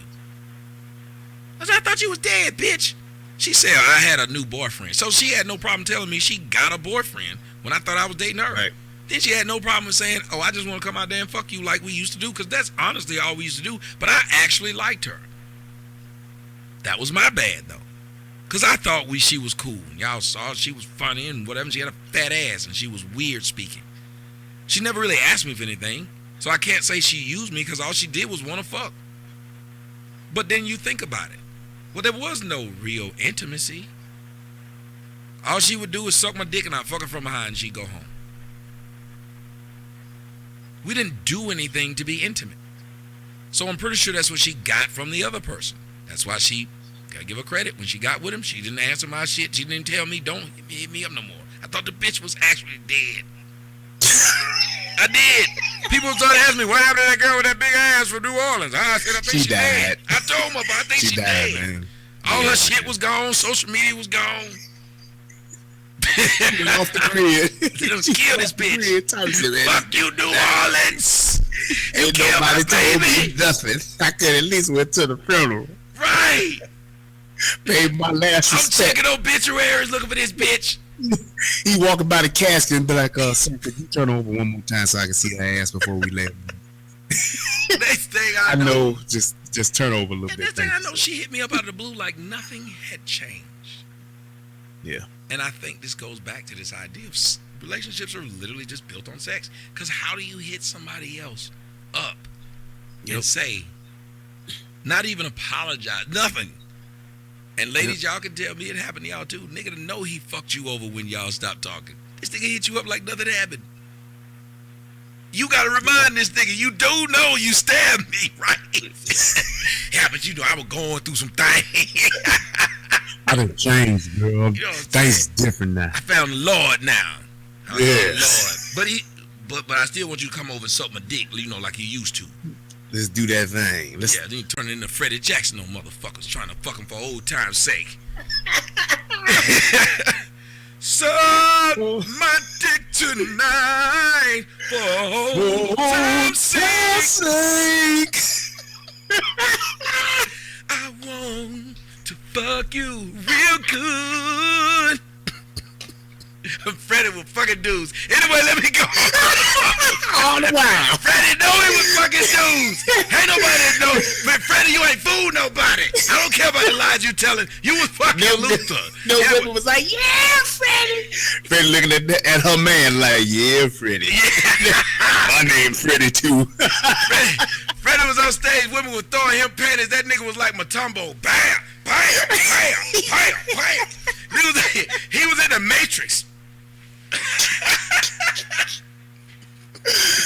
Freddie want no pussy juice. Freddie looking for a jock strap. He wasn't looking for no panties to come on that stage. He like, jock strap. Who threw these? Stop the show. Who threw these? Usher was pointing out fat bitches to go backstage. Freddie was pointing out niggas to go backstage. I will hear him. That security come. Yeah, Freddie Jackson like to see you backstage. Oh, how did we get to go back there? No, not you, ma'am. Just him. Yeah. Just him. Yeah, and he on the down low, so he like, yeah, I know Freddie from high school. Yeah, just give me 5 minutes, baby. I'll come back and get you. You know, I think the reason he just brought me back there, because, you know, he ain't got no room. I'll go back there. You know, I'll bring his autograph and a picture, you know, when I come back. I'll get your autograph. This woman sitting there waiting. Girl, my man done went back there with Freddie to get his autograph. your man come back out there with Freddie with a diaper on. Anyway, let me go to the phone lines. She said, "What took you so long? And why you laying down in the back seat?" Bitch, just drive. I go to the phone lines and see what's up. 317, what's going on in Indianapolis? Man, I tell you, man, every time you give it this whore, you treat me like the side bitch. I've been waiting 2 hours. I know, we fucked up. I've been saying we gonna go to the lines and just start talking. I'm telling you, he like my brother. Like, every time we talk, it's like we just like the two uncles at the picnic just going at it. Yeah. Hey, this is Dre Day, man. What's up, man? What's happening, man? How you doing, brother? Doing good, man. Shit, I lost my train of thought. Oh, no. All right, next caller. No.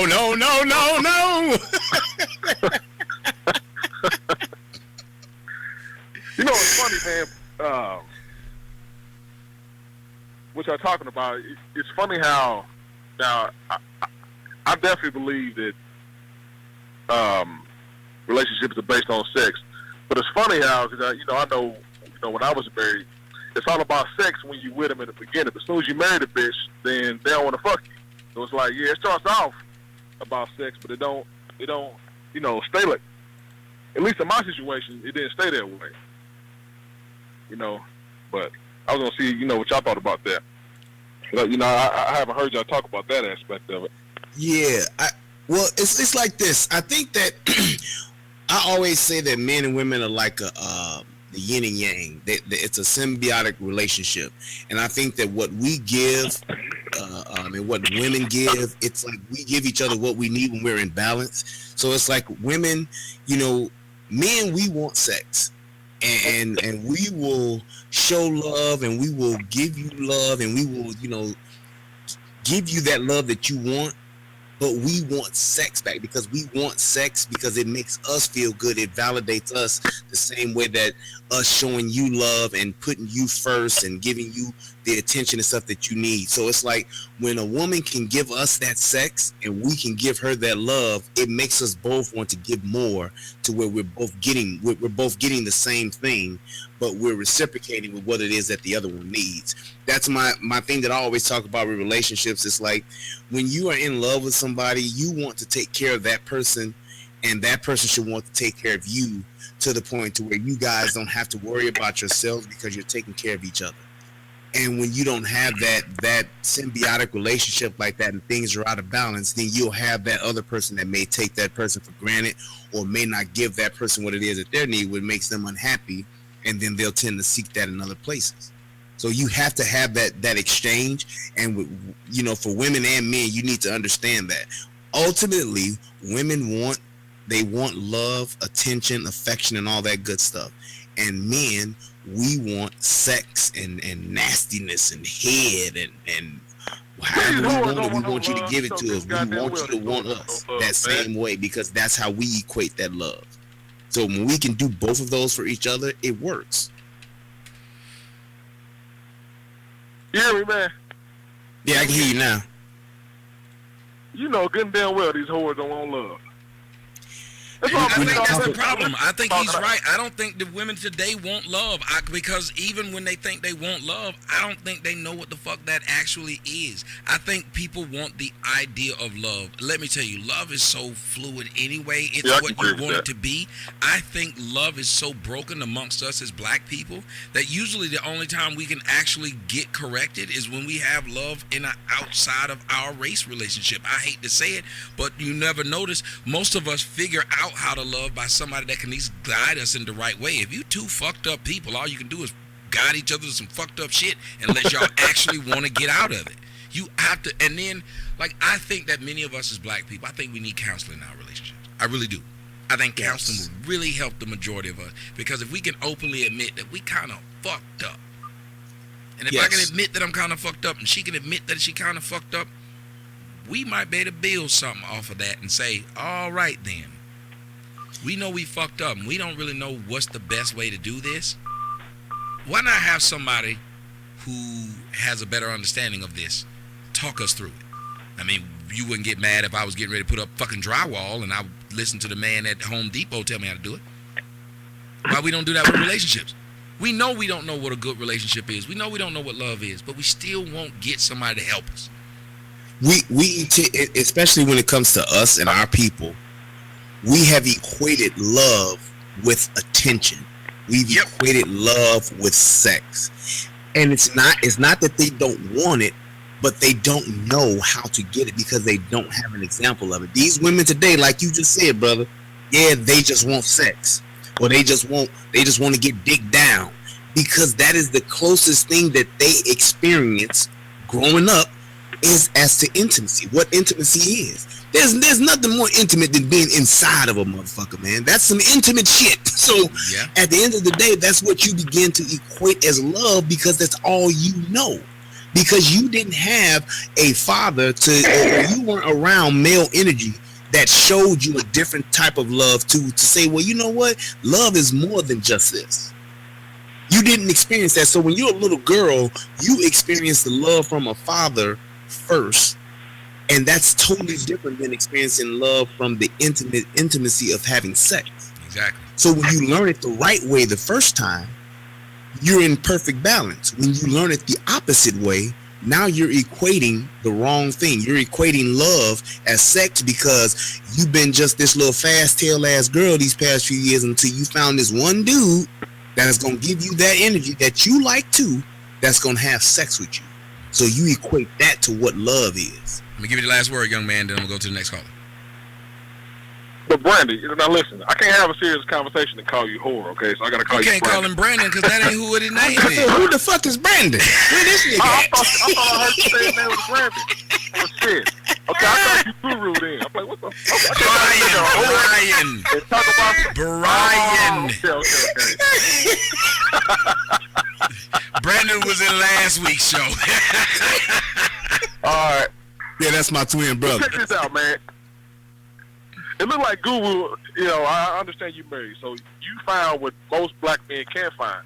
All this shit that we talk about, man, it's good to talk about on the radio show and shit like that, man. Come on, man, be honest.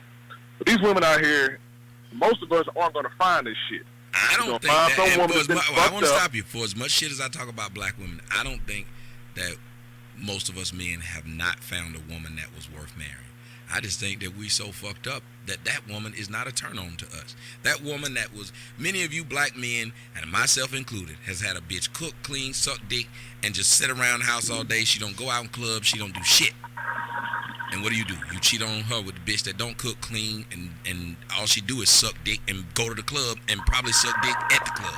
But that's what we're used to because our life is in an imbalance. If your life is in an imbalance, you push yourself towards that same imbalance.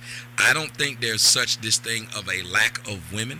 I think we have a lack of people, period. The men and the women. It ain't just the women's fault. I think it's the women's fault in a larger part because the women are raising these children this way.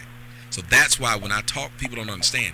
I'm speaking from the aspect of these women, how they're raising the next generation.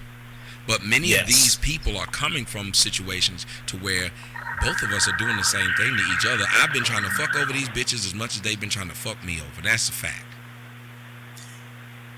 And the fact that when you saying keeping it real and keeping it 100, yeah, I see what you're getting at as far as saying these women out here are hoes and these dudes out here they want hoes and all that. But at the end of the day, you have to look at the simple fact of saying, if a woman that you get in your life is a good girl, she loves you, she wants to take care of you, she wants to be on your team, she got your back. But maybe because she's not a loudmouth, ignorant motherfucker who will beat your ass and tell you don't you give my dick to nobody else, that don't make you feel good because she don't do that because that's what you was used to being raised around. Because your aunties, your sisters, your cousins, your mamas, they all did that. They all sat around and they talked about niggas and what niggas need to do and how if the nigga ain't doing this, he can't do, because you're so used to that type of woman. When you find somebody that you can actually deal with, she's a turn on because you haven't experienced that type of energy from a real woman. Mm-hmm. Hey, let's see if I can bring in my friend. She's on the line here. Miss Lethal Lip said she had something to say. She and that saying hoe is life. What's up, lady? Can you hear me? I can hear you, dear. What's up? Oh, I'm having fun. I'm just acting. I'm listening. You just acting out. I'm in character. Stop acting out. You're not interviewing me, so I don't have to, be my real self. Right now, I'm in character. So, Ain't what do nothing you wrong want with to know? that. Now, get me off that damn speakerphone. You ain't important. I had no speakerphone because I was in the cab. I was trying to listen to everything you said. Oh, well, that speakerphone is killing us. What do It's you want making to you know? sound horrible. I'm sorry. Does it That's sound all better now? Yes, beautiful. Yeah. All right, There you talk go. to us a little bit. We're asking a question about are today's relationships mostly built on sex, and can you find love through sex? And you have a unique past as far as like you've worked in the sex industry. I think I asked you once before. Is it hard not to confuse the sex with love every now and again? Because even if you look at it as just a job, it's like I know people who it was just a job for them to take care of old people, but when that person that they were taking care of died, they cried like a bitch because they were like, but I really care for this person. Or like my cat. I looked at animals as just animals, but I love that cat now, I think. Yeah, you can care for someone. So what does it mean? Are you in love with them? You can love someone, but are you in love with that person? I have plenty of exes, and I'd say to someone all the time, they're like, how can you say you still love him? And he's like, I said, because if you don't still love him, then you never did. That I believe. That's it. But, yeah, because then you never really did. I can love my mother, my grandmother, my father, and all the different, and all the same. I love all of them. So what are you trying to say? You can't love more than one person. That's impossible. Right. But I don't think you can be in love with one person. But let me ask you this, though. Do you think that because we're building a lot of our relationships on sex? In a relationship, that's important. It's important. It's very important for me. Mm-hmm. Yeah, because I need to gauge what's going on, and I need to know what I'm getting into. Because I'm not going to just jump in a car because, you said the stats were okay on the car. I'm reading it outside the vehicle before I purchase it. No, I need to test drive. I need to know exactly what's happening. Mm-hmm. So let me ask you something. Say you build a relationship with a guy, and the guy's just a wonderful guy, but you fuck him and he sucks. See, my thing is, I think because I fuck so many people, every time I fuck someone, I judge them on the good person I fuck, which I think makes it very difficult for me to have a real intimate relationship with somebody because you got this fucking Rolodex of sexual experiences. You know what? That might be true, but you know what? You have to know what value. I'm not going to lie. I need that intensity. I need that good sex in the beginning to be complete. To be what? Sound like the cab driver cut you off. Sound like the cab driver cut you off. I thought he slapped you in the mouth. We're driving through like the, what is it, the Jackie Robinson? So there's a cemetery over here. But what I was going to say is, like, the sex part is really important. I don't care what anyone says. So I only mess with men who have reputation. Like, I need you to be that egotistical type of dude, confident, and I like horsemen. Because you have to have experience. I don't have time for anything else aside from that. Some women don't like those type of men. I need that. Well, in order to fuck you, a dude got to have some confidence anyway. That's kind of like being called by the Dallas Cowboys to play quarterback. I mean, you can't just walk in the backfield and be confident. Troy Aikman used to play here. But a lot of women, they feel insecure about like these egotistical men, and I certainly like that. Because if I'm looking for a king, I don't need a pauper. You know what I mean? I need someone that has this type of confidence, and they do this type of confidence, and I mean genuinely, like an organic type of confidence that's so natural. Not I'm trying to be the man. Like after a while, it is natural, and I like it. I think that. Sex is really important because a lot of the times people end up sleeping or they end up marrying someone that their family wants them to marry instead of the person that they really want to be with. But you say a lot of times this happens, but in essence, in the black community, rare times do people get married, period. 24% of black women will ever be married. So when we say a lot of the times, I don't know how we're gauging this when we barely get married. Let's be completely honest. Okay, even if let's talk about the white community then, since we're going to say 80% of the we don't get married at all, and they get married multiple times. I'll point this out. A lot of people point that out. Them white dudes get married. Next thing you know, he done have 4 or 5 wives. White couples. let's talk about these white couples, right? For instance, typically in white America, especially corporate America, you cannot move up unless you are married. They do not take you seriously. And a lot of times these are homosexual men, and they marry women that like BBC, right? And it's just basically it's a situation that they're involved in. It's a business arrangement. And like what most people don't understand is marriage is business. It's a contract. Sure is. Yes. Yes, it is. And at the end of the day, you break that contract, you're fucked. Realistically, Yeah, and the funny thing is, just like you. But I think that the whole thing, though, the idea of what you're saying is that no, I'm not trying to be funny, but how do you expect people that don't know anything about business? And I'm being serious by saying this. I usually don't say this.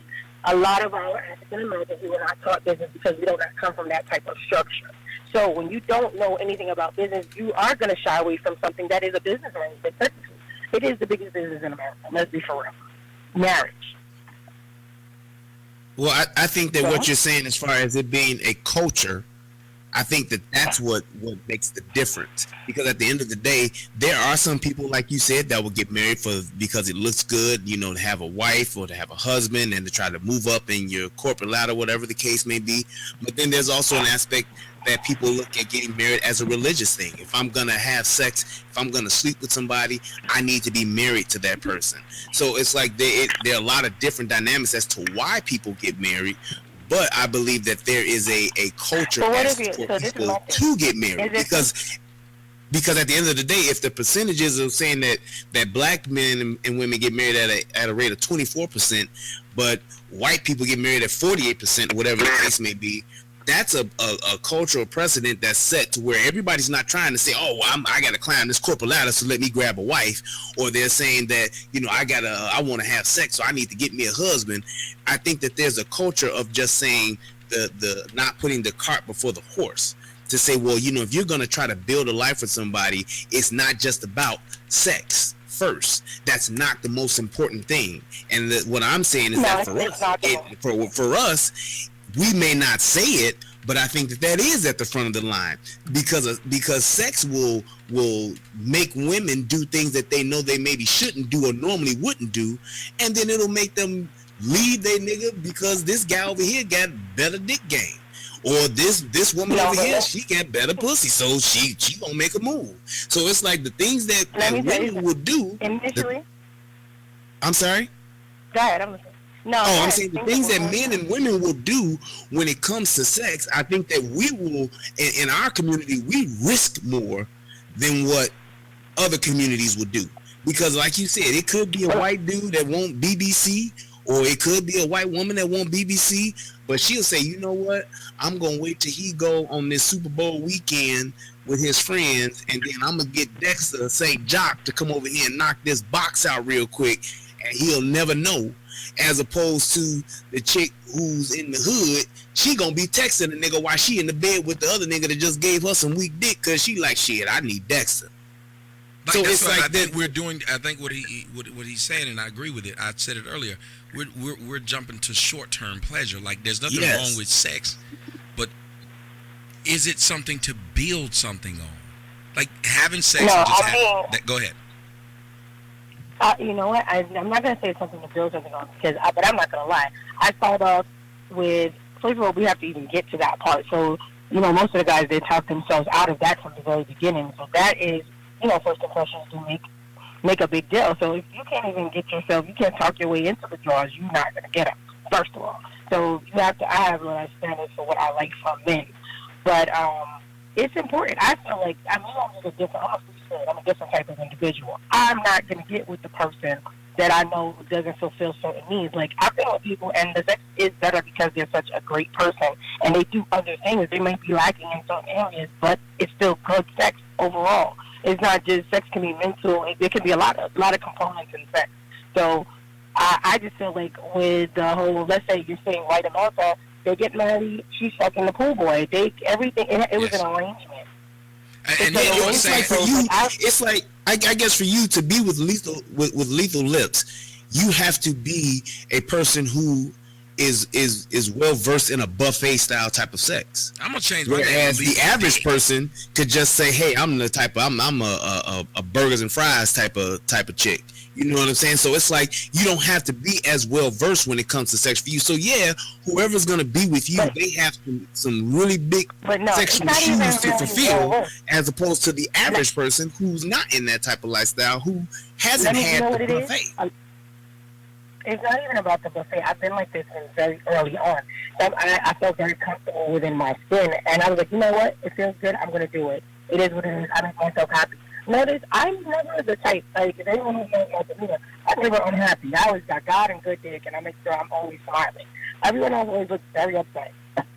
You know, and I'm like, why are these people so miserable? Because they're not living for themselves. Like, a relationship, I've explained to people multiple times, is an understanding between two people, and those two people only. Stop trying to conform to what you think is correct or what you think others should do, because you end up in situations you really don't even want to be in. You know what I mean? Mm-hmm. Just like people who make these career choices to please their families and please their friends, and you don't want to be there. Like, and for you to waste all your time in your life building a dream that you don't even want. Well, and then you get burned out and you're unhappy. Well, I believe in make yourself happy. I was just going to say, I can speak from a standpoint. Maybe you guys can help me out on this. I had two extremes that happened. Yeah. One girl was like you, Lethan. I'm not gonna throw no names out, but like I was really into her because it was like the sex was just stupid. She wasn't that good of a person because she was just an asshole, but the sex was so amazing that I really liked being with her. Now, there was another girl who literally would make a great wife, and I know this. Hopefully she ain't listening.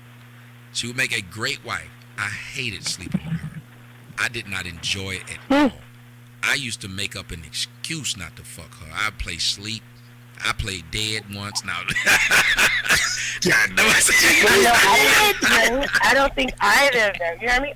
Neither of those women were for you. I don't believe you should settle. But what I was just trying to get at, though, was saying, I get what you're saying about how important sex is, because even though I know this girl would have made a beautiful wife, the fact it's not beautiful if you're unhappy. Yes, that's what I'm saying. Like, no, but I mean, like, as far as a wife, she did everything.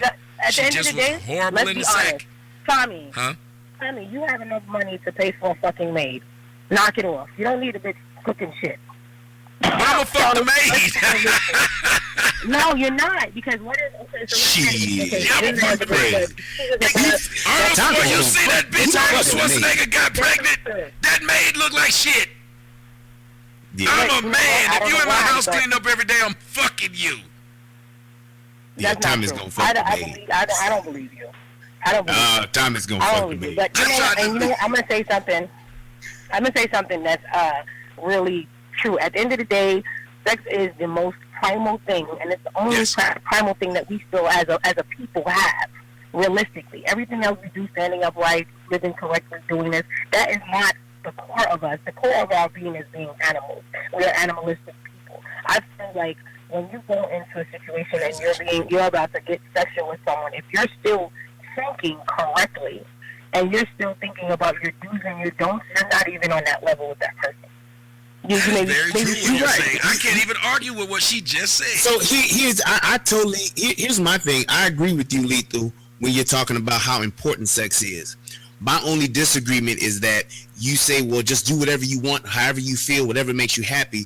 You have to do that, but there has to be some type of blueprint in place, because at the end of the day, if you sit and just say, I'm going to build me a house out of sticks, why would you build a house out of sticks when you could build a house out of hay and you can build a house out of bricks? It's the culture that tells you what's the best way to build that house that gives you a blueprint. If you have a blueprint, you can always alter it and change it to tailor it to what it is that you're doing.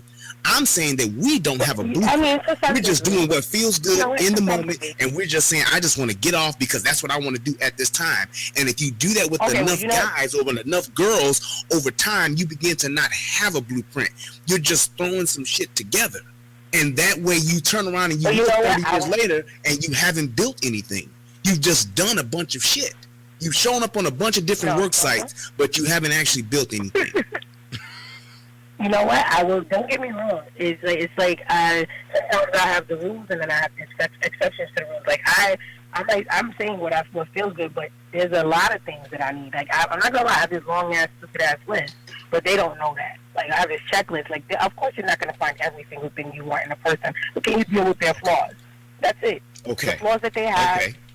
the things that they lack are those. That's all I have to know. As long as those things that they're lacking don't bother me that much, and I say, you know what, I can deal with this. I'm okay with that. He doesn't have all of this, but I can deal with that. So you're talking about 80-20 then, right? Pretty much. I listen. Nobody. Yeah, but if you think about it with that girl, though, all thing she had was, what if that 20%? It's only 20%, but it's bigger to you as far as like, okay, 80% of a football, so like the grade a was really quarterback good isn't for you? 80% of the offense. But as far as if you have a bad one, everything else on that offense can be good. But a bad quarterback, you still got a shitty offense. I was looking at that girl. You remember I said everything else on her was perfect. She had a big ass. She was natural. She was every damn thing going, except I didn't like having sex with her at all. Like I just didn't. But the thing about that, Tommy, is that your 80 is sex. That's what I was about to say. Like I didn't think it was that important. Like it's not that important to me. But I didn't want the sex to be like I didn't want to have it. It should never be like that. Still an 80. That's still part of your 80. Sex is not something that you can. Sex, because of you and who you are as a person and where you're at today, sex is something that you can't concede. You can't forego and say, it ain't that good, because it's something that you're so used to doing that you're gonna. That's why I said I think I might have ruined myself. If I had no pussy before, and that's what being promiscuous. Yeah, being promiscuous and doing what you want to do and feeling how you want to feel and having that. That's what it does to you. Yep. It dulls the senses. It makes you get to the point to where if you sleep with one person and you turn and another person sleeps with 10, that person's gonna have a much more different variety, or like I was saying before, a buffet style of type of sex, because there's so much more on the menu than that person who's only slept with that one person. If I got a bunch of different stuff on the menu, I got a bunch of different. Think about it. A person who's traveled a lot is not impressed by something small, some little thing that you take them to. They travel a lot. Exactly. A person who's had a lot of steaks isn't impressed by going to Waffle House and getting a fucking T-bone. You know what? I'm gonna stop you guys there. That is so not true. Let me tell you why. Some people have become jaded, and some people want to lose where they came from. And I'm gonna tell you why. I have been at the top, at the bottom, and in the middle, and I've traveled the world. And I appreciate a picnic, or us just going to Caves or White Castle, or going to the bullshit ass diner in my neighborhood with a toilet board. There's no shit I appreciate. I didn't say you wouldn't appreciate it. Yeah, no. But you're talking in hindsight now. Yep. You've already had that experience. You've had that experience. You've been to. So it's just like you were able to decide it. Yep. The beaches in Jamaica and in the Dominican Republic, they are wonderful. But your local beach that's here in Chicago, that beach is shit compared to that. But I would know that because I've been to the beaches in Jamaica. I've been to the beaches in Punta Cana. Somebody who's never left Chicago, they're going to think that beach in Chicago is the shit. It's the best thing ever. It's wonderful because they haven't had the full experience. Now, Chicago is my, wait a minute, Chicago is my home, and I love Chicago for what it is. So I can accept that.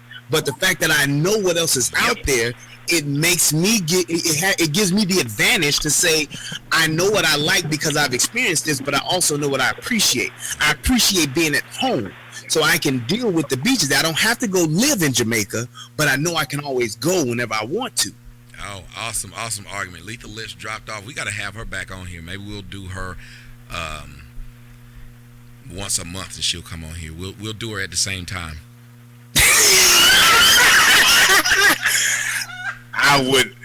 I'm a married man, hummus. I would never do any type of. We'll do it at the same time.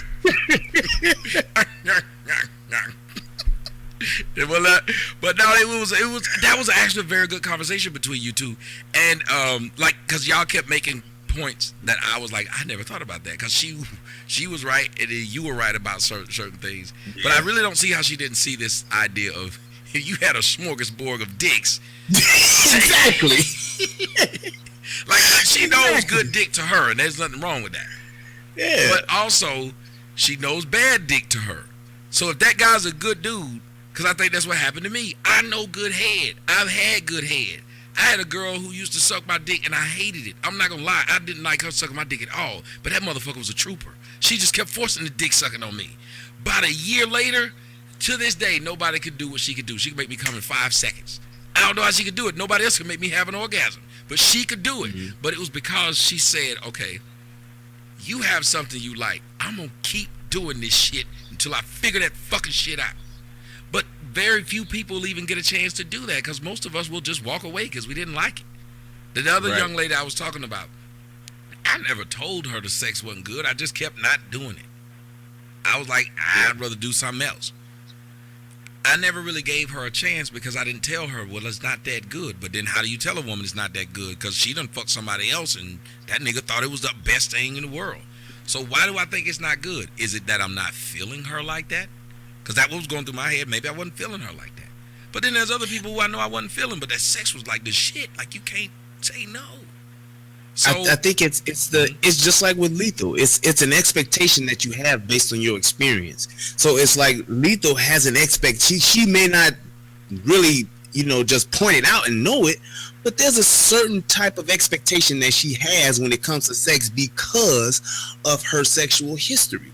She has written her own sexual basically manual.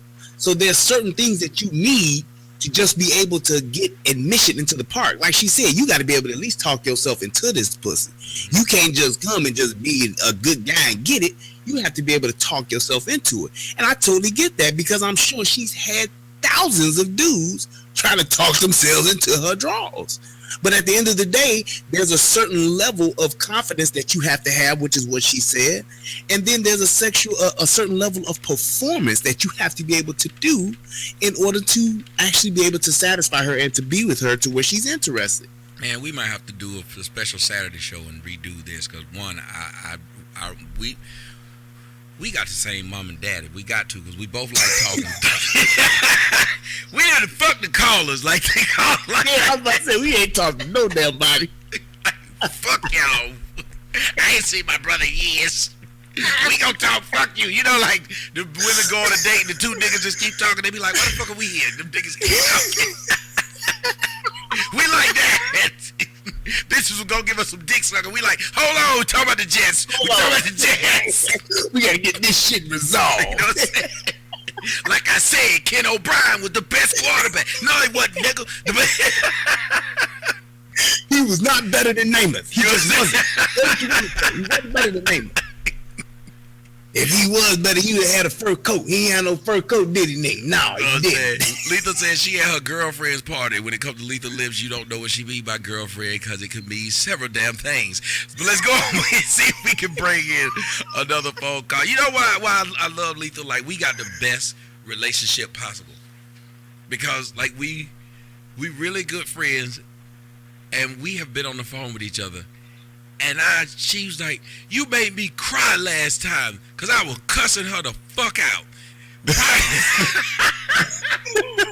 I definitely see this big old grown ass woman crying because y'all know Lethal Lips is huge. That's a big woman. And it just she was really good in her one-on-one too. There was that moment when after the initial talking, and then when she actually got transparent and like talked about her being a kid and stuff like that, I really had a lot of respect for her. Because she's sweet. She's really a nice girl. When y'all saw her pick me up in when y'all saw me pick me up at the what was that Times Square. Oh yeah. When she picked me up with 2 dudes, and they didn't believe it was her. One of them was in the back, and I looked back there. They was looking at her videos. They was like, "Oh, this bitch is right here." So they was, but it's just being her. And we go to this place. It's a nice restaurant. It's an expensive restaurant. But guess what? She paid for not only me, but she paid for them. And that throws niggas off because they're thinking, well, this person does this. You're paying. That's why all them niggas keep telling me I'm paying. Like when they saw me with the other young lady in Vegas. I'm like, no. Not Vegas, but in L.A. I'm like, no. I mean, why you can't just be friends with people? But we're really good friends because she'll tell me when my shit is stinking. She'll call because there's nothing. We're not trying to get anything out of each other. Like literally not trying to get anything out of each other. And I like talking to people who kind of got fucked up shit like me, because I at least know I can be more honest with an individual who's been through some shit in their life. Because most of the time when I'm around people who haven't been through shit, I'm just going to straight up tell you, I kind of got a lie to fit in with them. You don't want to tell them about your fucked up past when theirs was all of sunshine and rainbows. You don't want to tell them, well, I remember sleeping with cotton in my nose and keeping the roaches from going in. Like, you don't want to say that to that person. So you start lying about who you are, where you from, and all kinds of shit like that. But when you got somebody who says, yeah, you see me on camera sucking dick for a living, like, I can say anything to you, motherfucker. How you gonna say you offended? you offended by what I said? Check this out, bitch. Like, so it's a more genuine relationship. And I will say, talking to her and people like that, I enjoy. I don't know what y'all know about Jesus or what you think about Jesus, but Jesus must have had some fucked up shit, because he kept fucked up motherfuckers around him. He was more comfortable around them than the people who were quote unquote upstanding citizens. And I'm more comfortable around people who've been through some shit, who just want to be better, because I think when I see people who've been through some shit and want to be better, it actually helps me be better. People who are already there, they help too, but sometimes you feel defeated because it seems like they're so far ahead of you. You ever been with somebody that makes so much more money than you think you will never get there? Yeah. That I think that's part of your part of the magic that you have, because you're able to be transparent, and you're able to have those moments where you can entertain people, and you can talk, and you can jive, and we having a good time. But you have moments, man, that when you're transparent, it's so captivating because it's so real for you, and you make it real for others, and that way, that's how people truly connect. They truly connect when you have an experience, and when you have an idea, and you have an agenda. That's all great, but when you can be transparent, you can make people understand why you're in the situation that you're in and why you have the position that you have. That's where the magic happens, and that's where you actually connect with people and you become better. They make you become better, and you inspire them to become better because of you being transparent like that. So that it's comfortable for you to do that and be around other people that have been just in the same situation, on the same boats you've been in. But I think that the message and the whole movement that you have, it comes from you being transparent. Young lady just sent me a message. Miss Chastity said, and again, we're gonna have to redo this like Saturday. She said, I've heard y'all say sex 1,000,000 times, not once have I heard y'all talk about making love. You can even listen to me talk about sex and know that I don't have a real good grasp of it. Mm-hmm. I'm not one to sit up here and try to pretend. So I don't have a good grasp of it. I talk about it in a joking way or just a perverted way, to be perfectly honest. I think it's hard for me to talk about making love, as you heard me talk about it earlier. She said not once have we talked about it, but that's not true. I talked about holding a woman and looking in her face, but I understand what she's saying. But I talked about holding a woman and looking in her face and kissing her and actually doing that. I actually did talk about that earlier, but we haven't talked about it enough. Now, it's not because Brian hadn't wanted to do it. I've just been juvenile. It's not because Brian hadn't wanted to do it. Because Brian actually knows what it's like to make love to a woman. He actually has a wife. He actually has a family. But me, a wife and a family seems so fucking foreign. Even though I know I want it, it seems foreign to me. And I don't know. And that's why when you came up with this topic, I said this is a perfect topic. And I kind of want to push it again to do it probably Saturday, because I struggle with this, man. And I don't know if you ever had that, Brian, the struggle of, well, do I want to just keep fucking random bitches because that make me feel good about myself, but then I feel empty after? Like, who the fuck? I'm 41. Who am I telling? At least when I was 17, I had a group of niggas that I could tell, yeah, nigga, I got this head. Who the fuck I'm telling at 41 I got some head? Like, who am I having this conversation with? Right. I think that what it is that, and I guess this is for me too. Shit, I'm about to help myself. Help yourself, fucker. So you have something that you see that you would want to have, something that you desire. However, you don't see how you can get there. And the reason why you don't see how you can get there is because you're trying to see the path that everybody else is taking to get it. Me, I see something that I want. I want to be able to do what you do and be able to sustain myself by doing it. I want to be able to be on YouTube. I want to be able to go out to places and have relationship rehab sessions with people, and I want to connect with people and help people become better people. And I want to be able to do that, and I want to be able to do it without me having to work another job. I can't see it. I can't see how to get there. I can't see the path. All I know is what I know right now, and I do what I can do right now to try to get there. Mm-hmm. Same exact thing for you. You can't see it. You can't see that path. However, you can connect with those that are in it and that are doing it, and you can do whatever it is that you can do right in the moment to be better at it and to try to achieve it, and that's how you get there.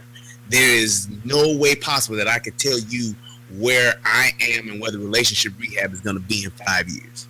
No way possible I can do that. But I can tell you that I'm going to grind and I'm going to put forth the effort to do whatever I can do, and whatever advice that those around me can give me to make this better, we will do it, and I'm going to do it. At the end of the day, where it is that you're at and where it is that I'm at, we both want something that we really don't know how to get to, because I'm in my 40s and you in your 40s.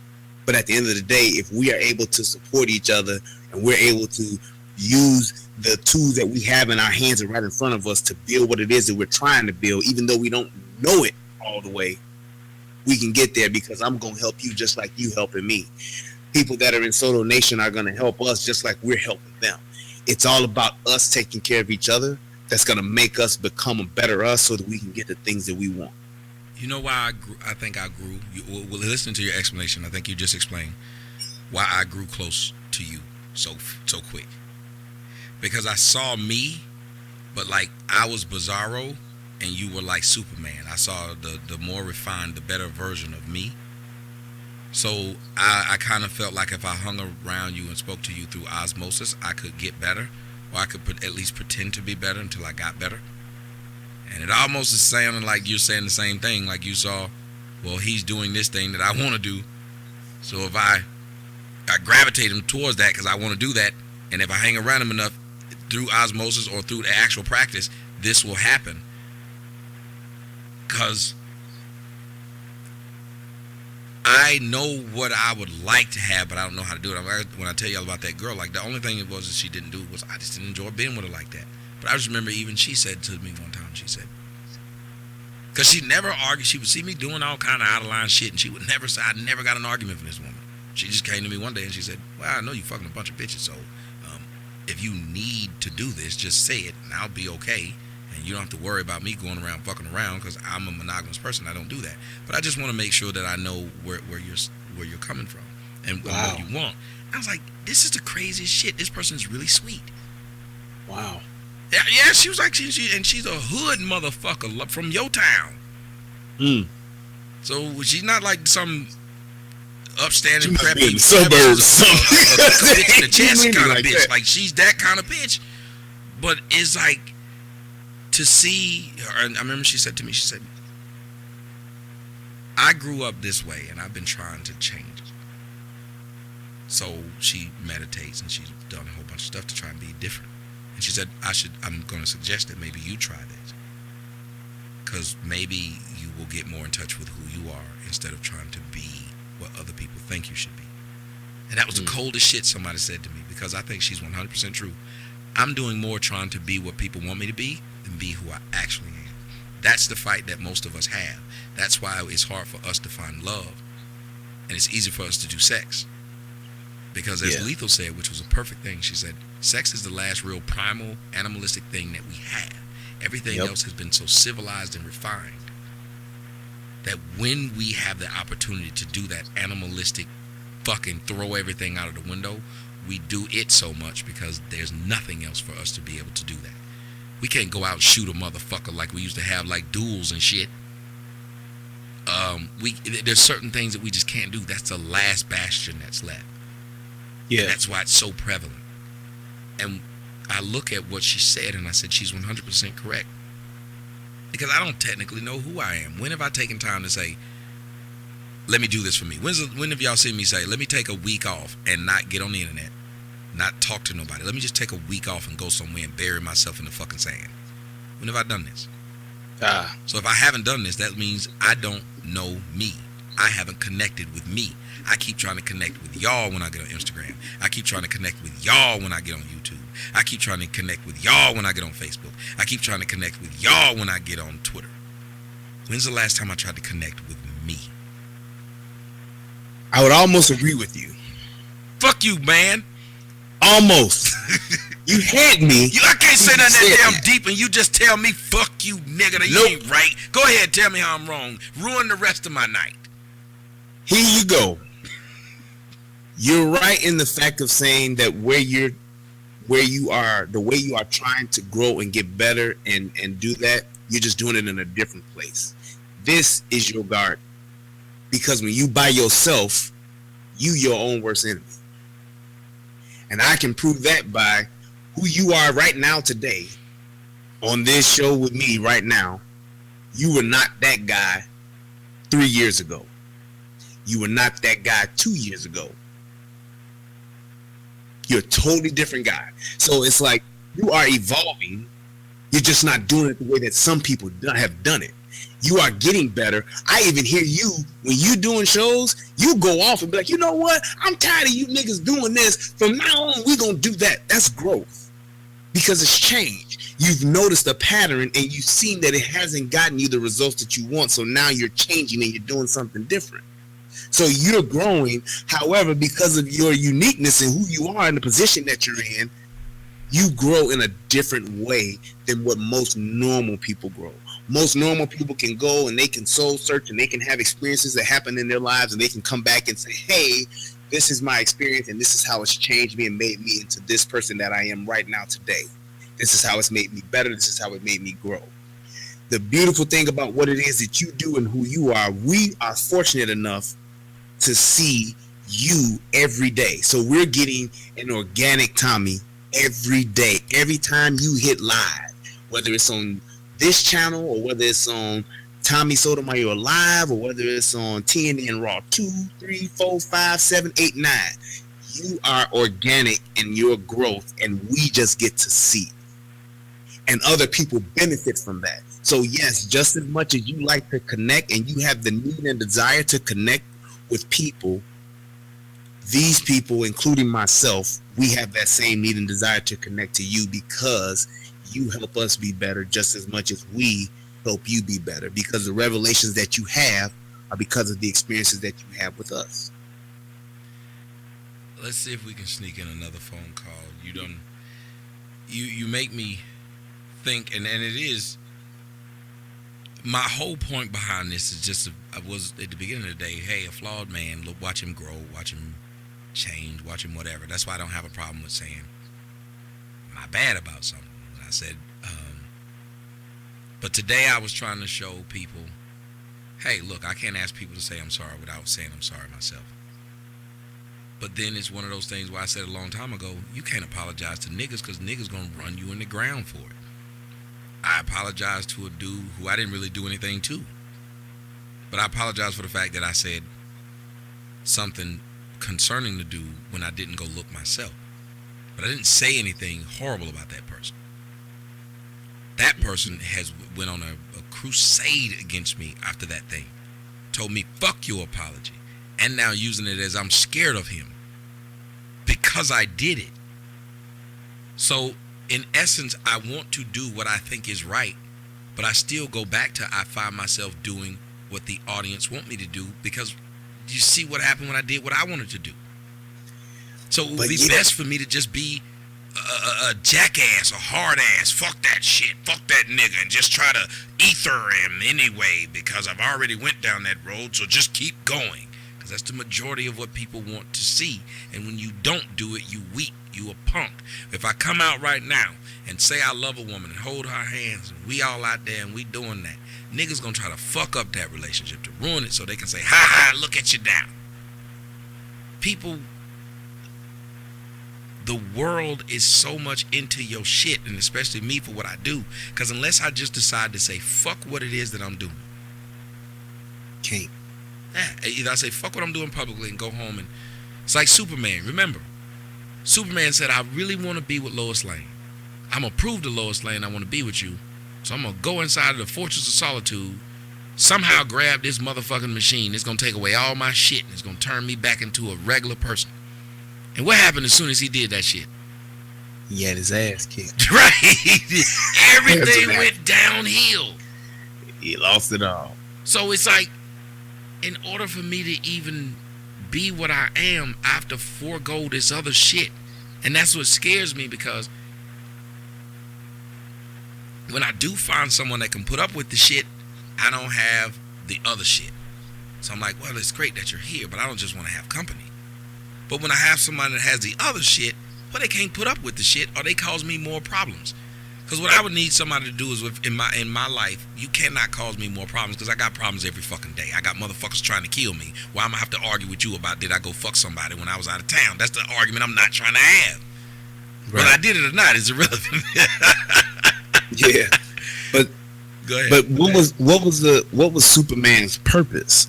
Right. Superman was sent from Krypton. His daddy sent him away because he said, you know what, son? We fucked this world up, and now we've lost it. And I want to send you out into the world to hopefully make some other world a better place. And I don't want to say this, but I gotta say this, and I'm gonna try not to say this as much because I don't want to tarnish it.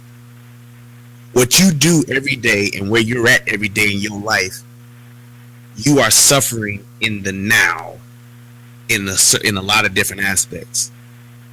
But your now is not what it's about. It's about the later.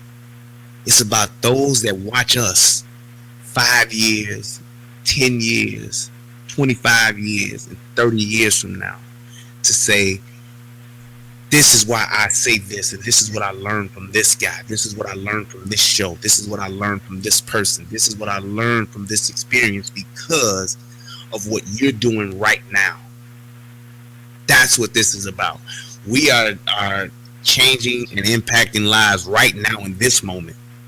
But you do it far more than so many others every single day. And yes, there's a certain price that you're paying for it. But at the end of the day, you said you want to make the world for your daughters a better world than what it is today. And they will refer to this long after you gone to see what it was my daddy was trying to tell me and what he was trying to show me. Even though so many people didn't get it, so many people were against it, and so many people tried to tear it down, he still stood and he still made a difference, and he changed me and he changed so many others along the way that it was all, at the end of the day, not in vain. It was funny today. Today I got a message from my daughter, but she called me text me from a strange ass number. Who the fuck this was? I'm looking at it.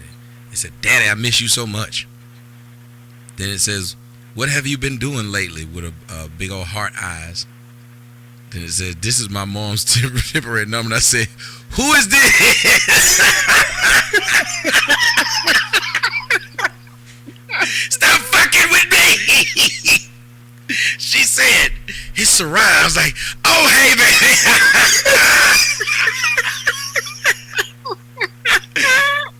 She said, I said, "Oh, hey, baby." I said, "I really do miss you too with your silly self." She said, "I miss you too, Daddy." And then there's another weird little face with the slanted eyes with a smile face.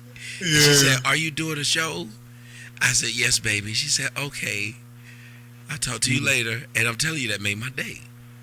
Yeah. Because the little one just out of the blue is like, "Dad, I miss you so much." And it's like, I've only known the little girl for a little over a year. Yeah. Mm-hmm. But apparently I made a big enough impact on this little girl to where she felt like, I got to tell him that I miss him, because I'm hard on them little girls when they're here. I really am. Yeah. And I don't mean to be, but I told people when I first started, I said, what was my job? I said, I'm going to be mean to them both so they will get close to each other. Close to each other. Yep. Because I'm going to die one day, and they're going to be still here, and they're going to need each other. I don't want to be one of those parents who play favorites and have one likes me more than the other. Fuck that shit. Although I do have a favorite, because I know one for 11 years. That's my favorite. Yeah. I mean, Alex are fucking buddies. That's what we are. But I know that I can't remain her buddy. And she already getting to the point where talking to me ain't that much. When I walked into the school, that motherfucker went on the table with her friends like, fuck you. I'm sitting over in the corner like a jackass. I said, I'm leaving, bitch. I did. I said that to her, I'm leaving, bitch. I went and got my car, shot at a bird on the way out the door. The teacher's talking about some, get him out of here. I was mad. But I got it. I understood. She's 6th grader now. She's a big girl. Yeah. I ain't got breasts, so leave me, Dad. So I God, dog, it just hurts. So I walked out because I used to carry her into school all the time. And she would cry and now it's just, you ruining my game, Daddy. Get up out in this piece. So I was like, well, it's time to have another one. No. All right, fuck you, bitch. I'm going to have one and play with that one more than you. Now look at this. Make you jealous. But it really meant something. And it goes back to what you said. I want them to be able to understand what love is. Because I don't. But when I talk to them, when I look at them, that's when I get what love is. I get it when I see them. I get it when I'm with them. When they were with me, I didn't do no fuck shit. I wasn't fucking no random hoes. I wasn't. Yep. I was just their father. And it was like, it kept me grounded. And I think that's why a lot of men make better fathers, single fathers, than women do. Because we actually take being their dad really serious. It's when they're gone and I'm left to my own devices. So I feel you when you said that. I do better when I'm around. I will say this. You said that I didn't do good until now. I think when I was dating the one girl, I was doing very well. Then I had more black women listen to me then probably than any other time. They was like, this nigga's different. I was different because I wasn't searching for ass. I wasn't doing that. I had everything in my hand in my house right then. So I didn't need that. And that was one of the first times I had somebody that completely had my back on anything.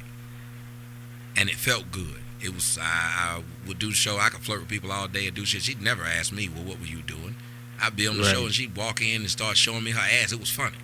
She was stupid as I am. Mm-hmm. But it's hard being in a relationship with me. Because sometimes I don't want to talk, or sometimes I'm brash, or sometimes if I'm going through something, I'm like, just leave me alone. And it's something that people might not be cool with. So then I go back to supplementing love with sex. Just have sex with a bunch of people. And then you feel empty. So then you have sex with people and you don't want them around no more. And you want to move on to being by yourself because you know they don't understand you. And I think that's what a lot of black people are going through right now, is we don't think people understand us anyway. So after the connection of sex, we know this person doesn't really understand us past sex. So why do we want to be around somebody that we can't just open up and tell them what's really going on? Because they don't give a shit. How many people really care about what we going through every day? They don't. Right. How many times do you tell somebody you struggling with something and they can actually help you fix it? How many people can you tell, my Mercedes is in the shop and I can't afford to get it out, and they tell me it's $3,000. And that person you fucking can say, I'll get it. Right. That's rare. Usually the person you fucking that say they can get it is the motherfucker that you don't really like that. You're having to fuck them to get your car out. So then we start to realize that you can't have both. It's either one or the other. Good sex or love. And since we don't think love exists, we just go out and have sex. What do you think about all that bullshit I just espoused? I think that understanding where you're at and understanding what exactly is your problem is the first steps that you use to get over them, to get through them. So for you to say, yeah, I see where I'm at and I see why I do what I do, and it's because of this and it's because of that, and that's why I'm there.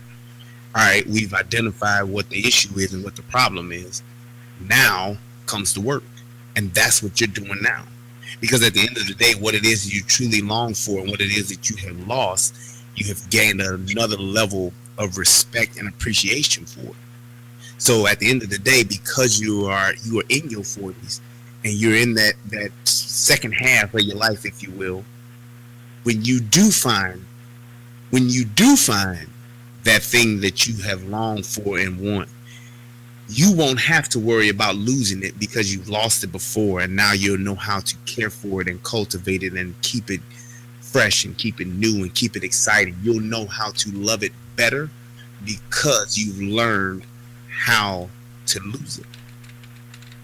So it's not about will it happen, it's about when it's going to happen.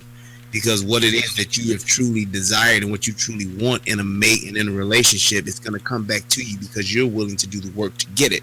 And that's for anybody. That's not just if you're willing to do the work and you're doing whatever it takes to actually get the work done and to become better than what it is that you truly seek, you will find it. And now you have the advantage of saying, now I know how to take care of it.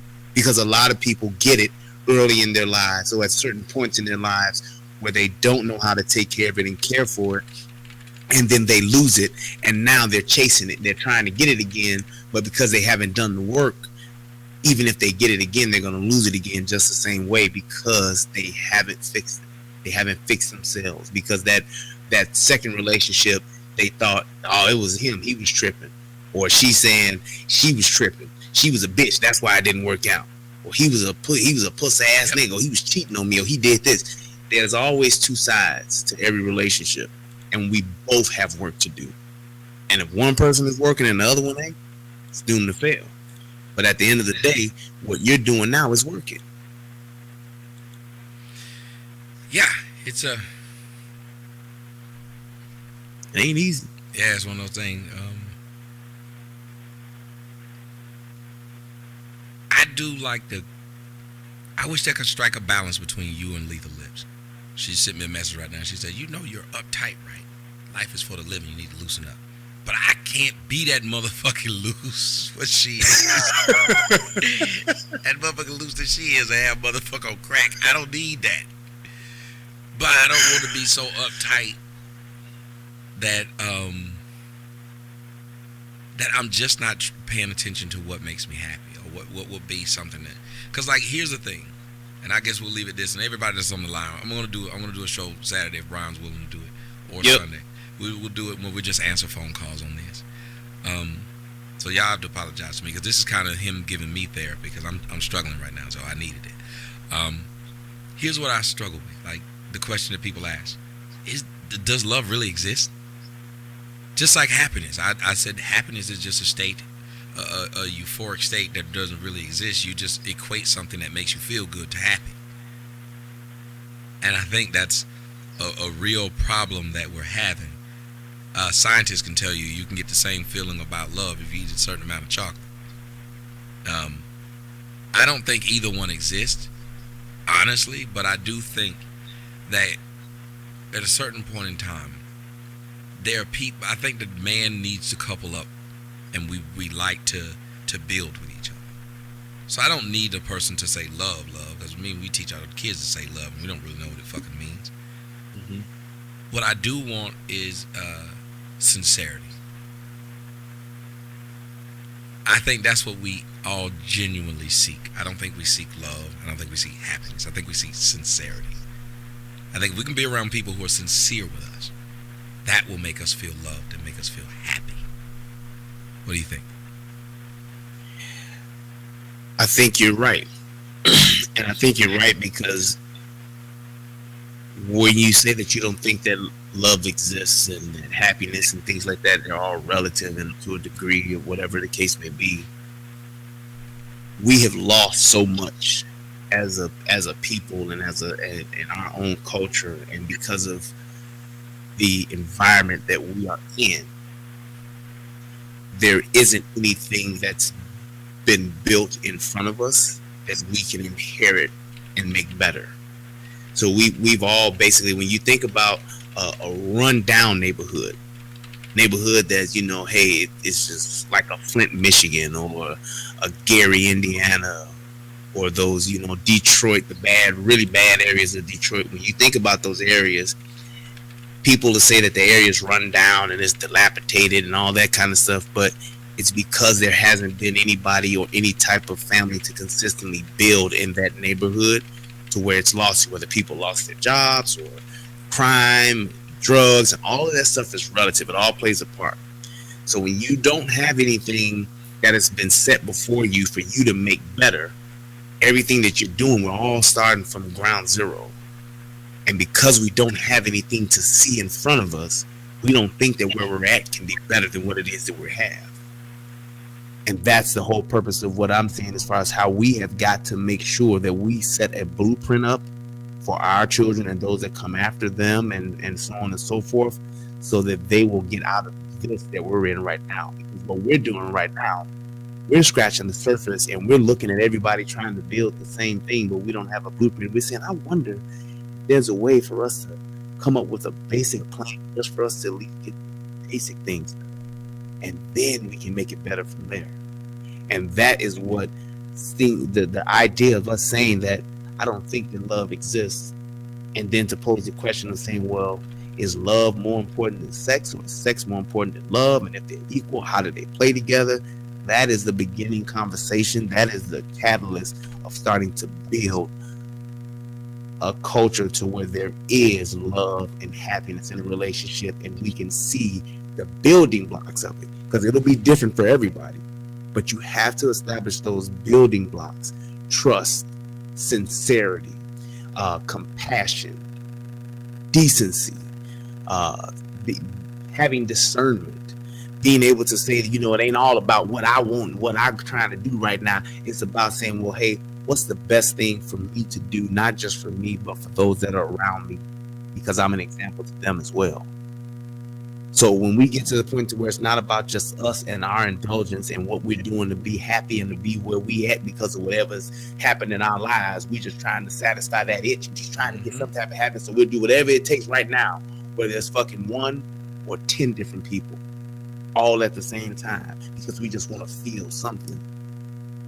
So now when we can say, well, you know what, as much as I would want to do that, I need to start getting the right blocks so that I can build something that will stay, as opposed to just setting up things that I know that are going to fall. And that's what empty sex is. You know, I think really when people, there was a line in Final Destination. It sticks with me all the time when they went to see, basically he ends up being the devil, but he's the guy who's the mortician. And he said, he was pulling the things out of the nipples, out of the ring, out of the guy. And he said, you know what I found?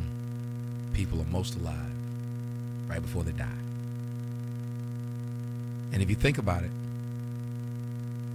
when the girl, the boy's mama, had lost her son, she said, I just want to die.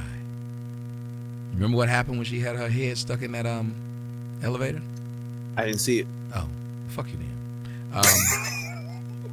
She had said that she wanted to die because she had just lost her son. Her son had died. And she was like, I don't care what happened to me. I just want to die. Whatever. She was walking around moping. She lost her son. She wanted to die. She lost her husband before, and now her son was gone. She said, I have nothing to live for. While she had her head stuck in the elevator and it was pushing her up and it was getting ready to cut her head off, her last words were, I want to live. I think that many of us don't even understand what love is, or like is, or affection is, or genuine care until we really don't have it. That's when we realize it, because I think most of the time when we have it, we just keep thinking it's going to pop up. It's like a young girl who thinks she's always going to be young until she realizes, wait a minute, I can't get the same attention anymore. It's too fucking late. We do the same thing right before we die. We start realizing how much we love life, and it's too fucking late. I'm afraid that when I realize how important it is to be with that person that cares for you as much as you care for them, that'll be too late. You'll be reminding yourself of the person you were with back in 99 who was that person. It's too late now. You can't get them back. It's done. And I don't want to be that, because I see too many people doing that, remembering the best thing they had, or seeing how important something is at the end of it. I'm afraid of that, because now I'm coming in contact and in touch with my mortality. You know what happens when you get older? Motherfuckers you know dead. That shit's scary. When you young, everybody's straight, and when somebody died when you were young, it was some extreme ass circumstances. Now motherfuckers just dead because they heart gave out. Yeah. So it's a different thing. So I think I'm coming in contact and in touch with my mortality. So my little girls mean more to me than they would have probably 20 years ago. The thought of having a child will probably mean more now than it did 10 years ago. The thought of having a family. But you're still trying to come in touch with and into reality of something that you don't know how to have.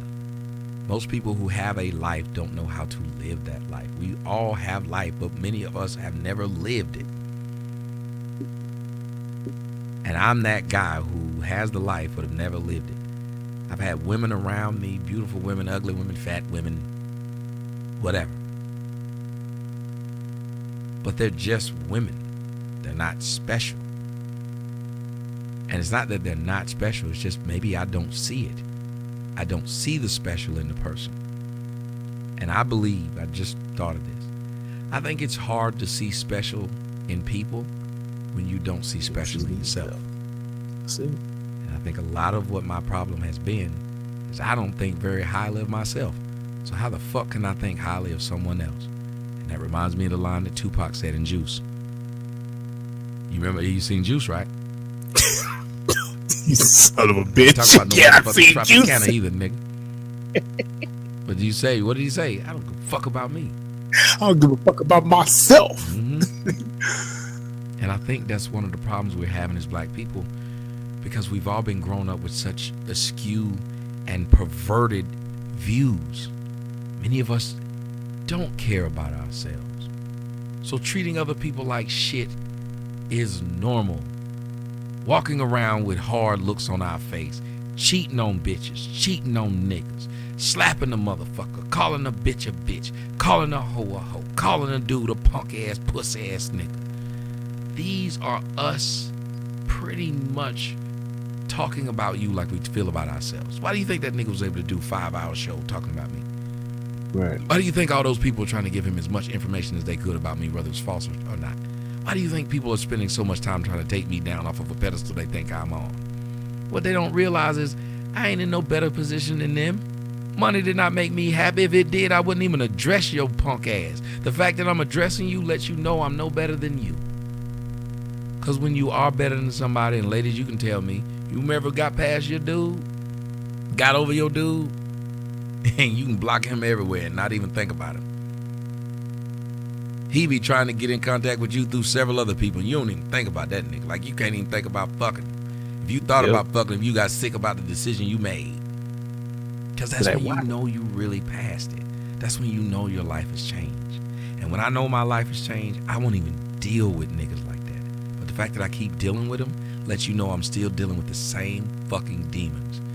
And they believe that I'm in some better position than them, so if they bring me down, it'll make them feel better. That lets you know how you feel about your life. And these are the same people you're trying to have relationships with. Those people in that chat room are people who dating and fucking somebody right now. What do you think they're doing? Do you think they're bringing a light and a pleasantry to that relationship that they're in? No, they're not. They're blaming the same damn drama. I was sitting there and thought about it. This motherfucker got a huge ass walking around the house, and you up here thinking about something that was stupid. Why? Because you don't pay attention. But then when you don't have it, you realize, man, I missed that ass.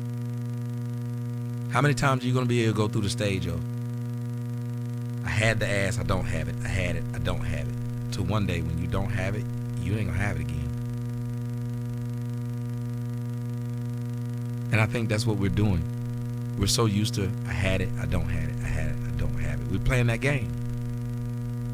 How many of y'all did the whole, don't ever call me again, then 3 weeks later you like, okay, I'm going to call that motherfucker again. And y'all get right back together like it nothing happened. And then you try that shit again and that person don't exist no more. They done with you. They're done with the game. They've grown up. You haven't. I think that's what black relationships are. Sex and love is literally so askew because we don't love ourselves, so how can you give somebody else love? We don't respect ourselves, so how can we give somebody else respect? We don't care about ourselves. Remember, if a bitch don't put her pussy through the ringer, why do you think she ain't gonna do it while she with you? She ain't gonna respect your dick. Her pussy's been through the ringer, and she's used to this. If a dude has put his dick through the fucking blender, why do you think he's going to change for you? He's used to that. He has no problem doing you dirty. He do himself dirty. Yep.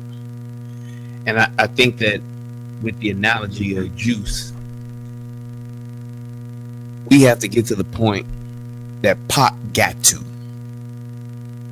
The point to where he got tired of running from Rodamez. He got tired of dealing with all of the other niggas in the hood that had juice and he didn't have none. He got tired of being punked by old man Quilles in the little store. And he got to the point to where he told him and his boys, like, nigga, you got to be able to stand up on your own 2 feet, put your back to the wind, nigga, and be ready to die for that shit. He just wanted juice. But at the end of the day, what it is that we want and what it is that we're going for, you wanting that companion, you wanting that wife, that woman, that family, those things that you wanting right now, you standing up. And you've made your mind up that you willing to die for that shit. You taking yourself and your platform and you going in places that most niggas wouldn't go in by themselves. But you doing it because at the end of the day, you looking at it like, you know what? This is what I'm doing. This is what my message is. This is what my movement is about. And goddamn it, I'ma stand on it. And that at the end of the day, you ain't at the end of the movie, but you right in that moment now to where Pac has decided we got to do something. We got to do something different. We got to go and get it. You got to go get this shit because it ain't going to just come to you. Now, they just went about it the wrong way, and Pac, they just wanted to get his gun off, but that's neither here nor there, because we ain't at that point yet. But you are at a point in your life right now to where what people don't get about you is that you believe in what you're doing, and you have the confidence in what you do to the point to where you say whatever you want and challenge me. I welcome it, because I know that what it is that I'm doing is righteous. It's the right thing to do, and I can see the fruits of my labor to where I'm changing lives. Because that's something that a lot of them 5%ers, the pro-blacks and the hoteps and all of them, they can't say that. You ain't got no doctrine. You ain't got, in the book of Galatians or the book of Tommy, and you don't have to do that. You going off of life and experience, and you putting it out there to say, you know what? This is where I'm at, and this is what I've seen, and this is what I'm talking about, and this is what we need to change. And because it's all true, there is no dispute. People can say, well, Tommy, you don't have to serve it up the way you serve it. But it's true. And nobody can dispute that. You can't knock that. And that's where you're at. And just the things in your life, the finding that mate, it's the same thing. Get to the point to where you standing in your truth, where you can tell a woman what it is that you're about. You can tell a woman your good and your bad. You can tell a woman the type of things that you like and the type of things that you dislike. You can tell a woman what you need. You can tell a woman that, hey, I need that understanding. I need you to be able to understand that sometimes I get off into some fuck shit. Sometimes I go into a dark place to where all I need you to do is just be waiting for me with open arms. Or I may need you to come and rub my back. Or I may need you to just shut the fuck up and listen to me. But at the end of the day, if you didn't go through the process, you wouldn't be able to do that if you didn't learn about yourself. And that's what you're doing. You're learning about yourself, good and bad. But at the end of the day, you know what it is that you are, so that when you're with somebody else, you can present who you are and say, hey, here it is. You either like it or you don't. And just like you said, you can be with somebody that's been in as much fuck shit as you've been in. There's somebody out there thinking the same goddamn thing. And when their work is done, and when they're at that point where they can show you what it is that they are, flaws and all, and you can say, oh, I could do that, they're going to be able to do the same thing. So you ain't got to see it.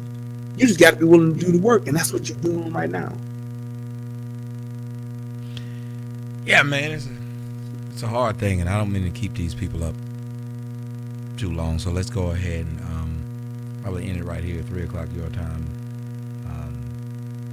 midnight here. I'll be talking to Dr. Empress, whatever they people call themselves,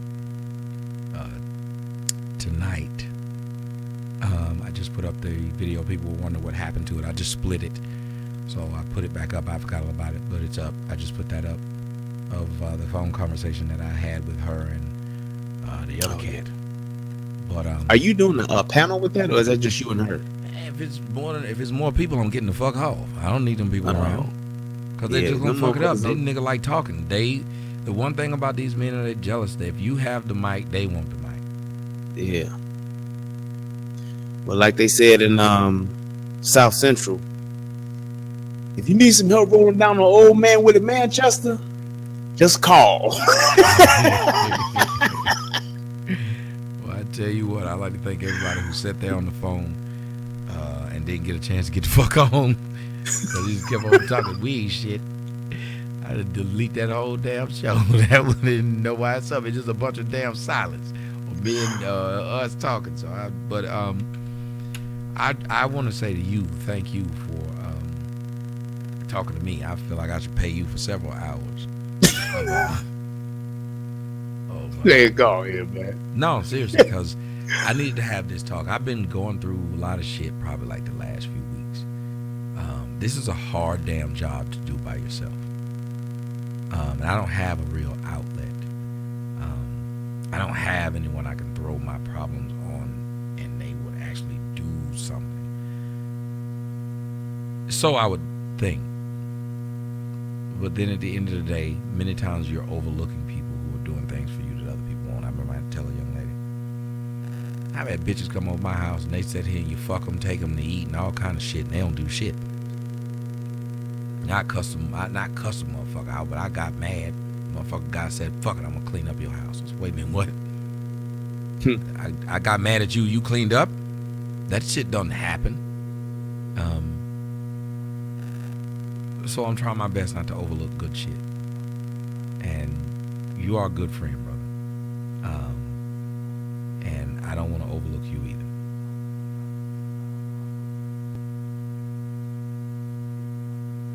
Hey, brother. It's all good, man. This is what we do, man. At the end of the day, just as much as a friend that you say that I am to you, you are to me, man. Shit. At the end of the day, it's not too many people, man, I can say would do what you have done for me. The things you have taught me, the things that you've shown me, and most importantly, the time that you have been willing to spend with me. I've never seen anybody do this before. And for me to be in the situation that I'm in, to be able to have this time with somebody like you, it's definitely worth it. I never want to take it for granted. And that's why I always say, people always hear me say this, I am like living in this moment. I try to live in this moment as long as I can, even with just what we do together, the people that's in Soto Nation, the comments, everything. I appreciate it because I know that this moment is here right now. And I don't want to look at it and say 10 years from now, damn, I wish I would have been more appreciative. I appreciate this shit to the utmost. I don't give a fuck about nothing else when I'm doing this right here, right now, because this is so important to me. And it means so much to me that somebody is willing to take time out to be able to have a conversation with me, to lend their platform to me, to lend their knowledge and their resources to me. I ain't nobody. I ain't shit. And somebody's willing to do that and to see more in me than what I see in myself. You don't get that in people too often, man. And for that, I'm grateful. That's why I've always said, after like that third or fourth show, I can't remember where it was, but I said, a motherfucker will never hear the show come from me where I'm talking about you. That shit'll never happen. If we fall out tonight, it'll just be the 13th show, and that'll be the end of it. Because at the end of the day, the other 12 have been a blessing. It has been a great moment that I have just appreciated every single second, every single phone call, every single message. Shit has been amazing, man. And the work that we have done together for us to be transparent and for other people to be able to share in that, there is nothing that I can say that can compare to that is worth that. So I appreciate you, and I appreciate this thing that we have here, and this thing that we have built, and we've been able to do 13 fucking times.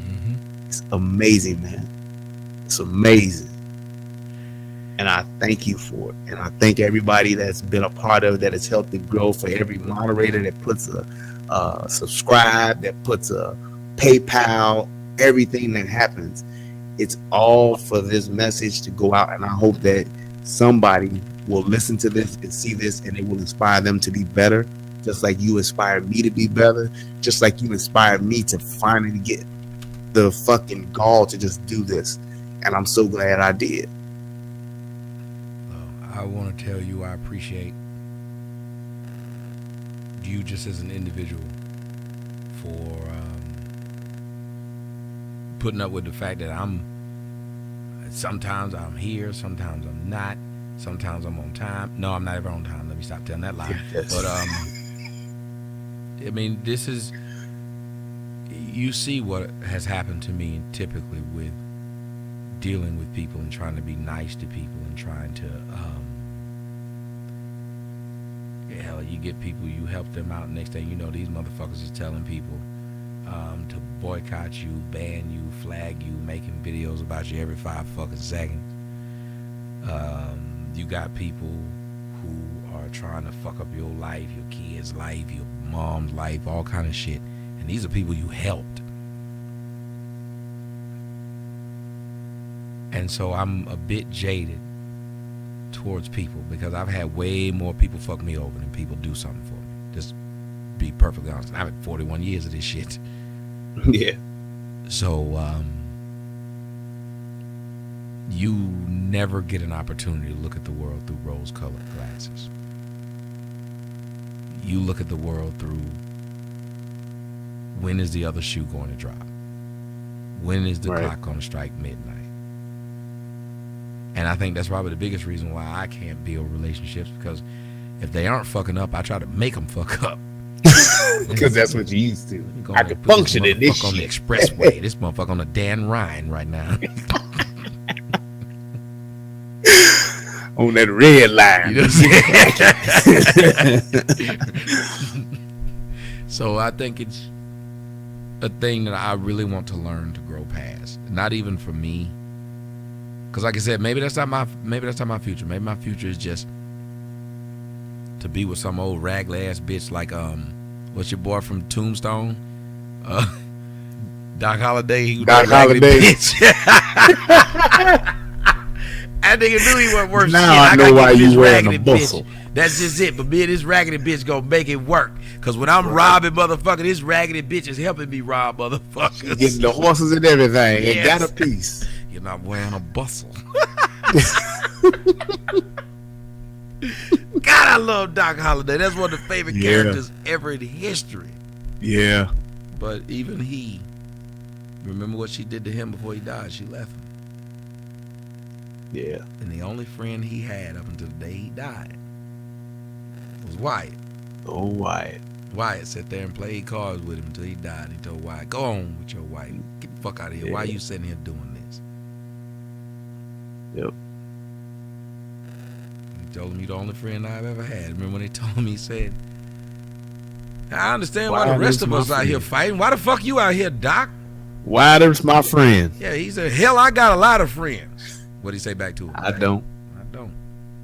Yep. Yeah. Well, Doc. You my Why I got you, brother. You can see that. You my Wyatt Earp. I'm Doc Holliday going around doing all kind of self-destructive shit. Yeah. And that's crazy. My cat is up here chewing on a damn straw. Bitch. I think she's actually drinking the drink out this bitch too. It's just a straw in a cup. This bitch is biting the straw and got the juice out this motherfucker. My dog is up here like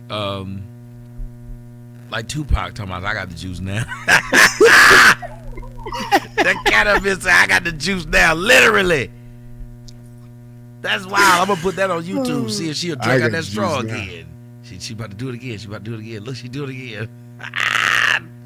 She didn't figure out how to drink out the straw. God, dog. The cat drinking out the straw. This shit is amazing. I'm going to take a video. I'm doing a YouTube video of it.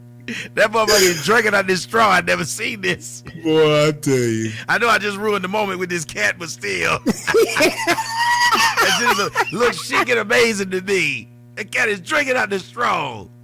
God, dog. Oh, man. But I won't be drinking that straw no more, though. But boy, God, dog. The cat motherfucker was just chewing it, but drinking. Then talk about.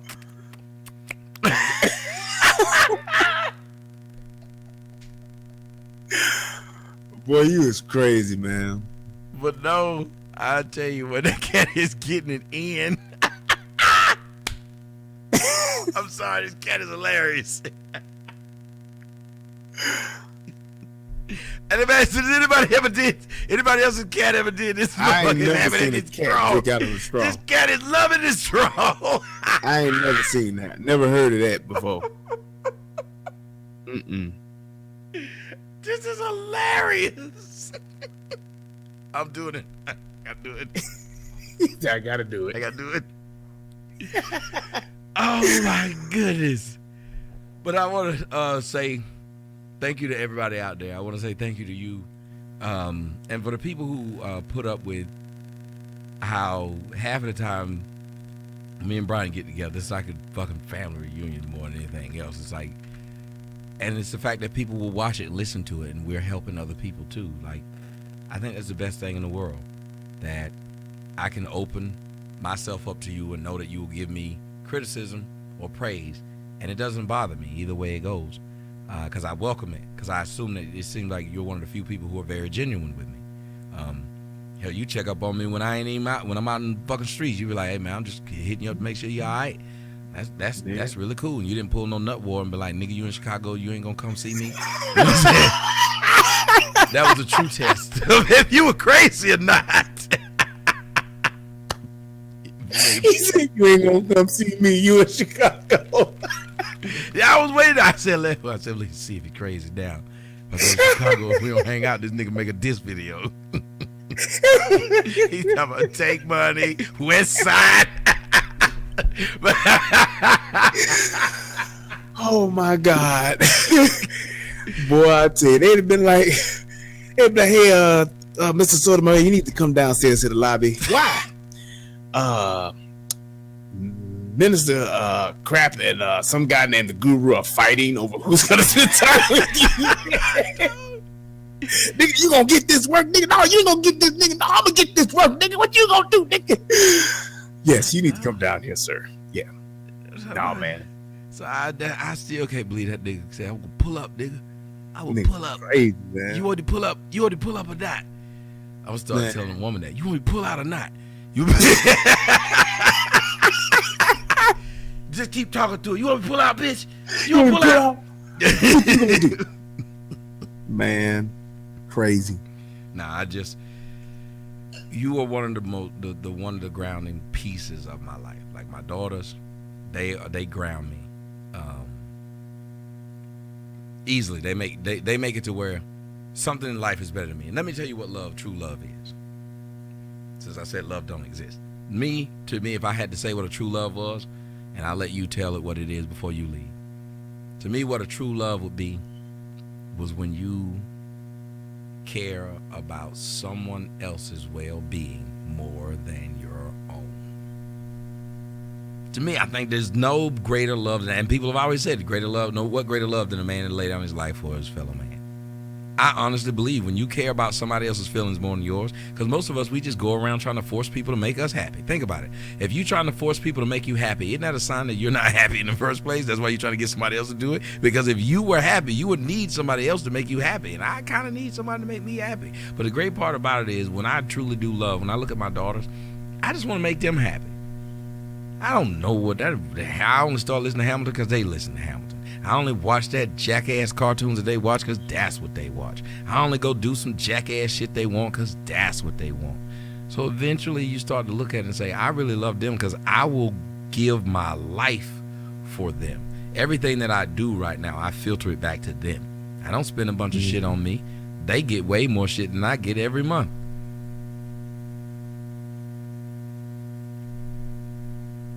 Yeah. I think that true love is, but it's not restricted to one person, but those people that are around you that want the best for you and that take care of you and you take care of them. Yep. If you have, it's not just about you finding that one. We always hear about this is my one true love. Your friends and your family that feel the same way about you, and you all take care of each other at the end of the day, and you're willing, like Tommy said, you're willing to lay down your life for that person, totally selfless. That is true love, because it's not just restricted to one person that you have in your life. It should be the relationship status that you strive for with those people that are in your life, those people that you surround yourself with. If they're not exhibiting that same type of behavior, because it's something that you do, it's not just something that you say. If they can exhibit that same type of behavior, then that is true love. Those are your loved ones. That is your family, whether it's blood relationship or not. Those that want the best for you and you want the best for them, and you guys show that every single day. That is true love. And we did get a donation. We got one from D. Adams. D. Adams gave $83.29. I don't know what the number means. Maybe he can tell the significance because he's a moderator in the chat room. And I went and looked on his channel, and he's got a picture of my Logic shirt as the head, the what do you call that? AV? I don't know what the young kids call that thing. The avatar thing. Yeah. And then I see his subscriptions. One of them is Tommy Sotomayor Live. The next one is Tommy Sotomayor Everyday Life. The next one is Relationship Rehab. The next one is TNN Raw 2. The next one is Tommy Sotomayor Live. The next one is Guru and the Whore. The next one is, the final one is One-on-One with Tommy Sotomayor. I don't know who he's a fan of. I can't really tell from his subscriptions, but He's about 12 channels. I don't know who he should be a fan of. I have no idea. But nevertheless, that's not important. Let's keep it. He said, "Hey, I'm in the chat, and can I moderate on Tommy's Everyday Life?" And of course, you can moderate on Everyday's Life. That's the only donation that we got, and it doesn't matter because thank you, D. You know what? Exactly. Thank you so much. Yeah, that's it. I was gonna say we got another donation, but I forgot I sent that to you. It was sent me an email. I was like, God, no, somebody like us a lot. I was like, wait a minute, that's mine.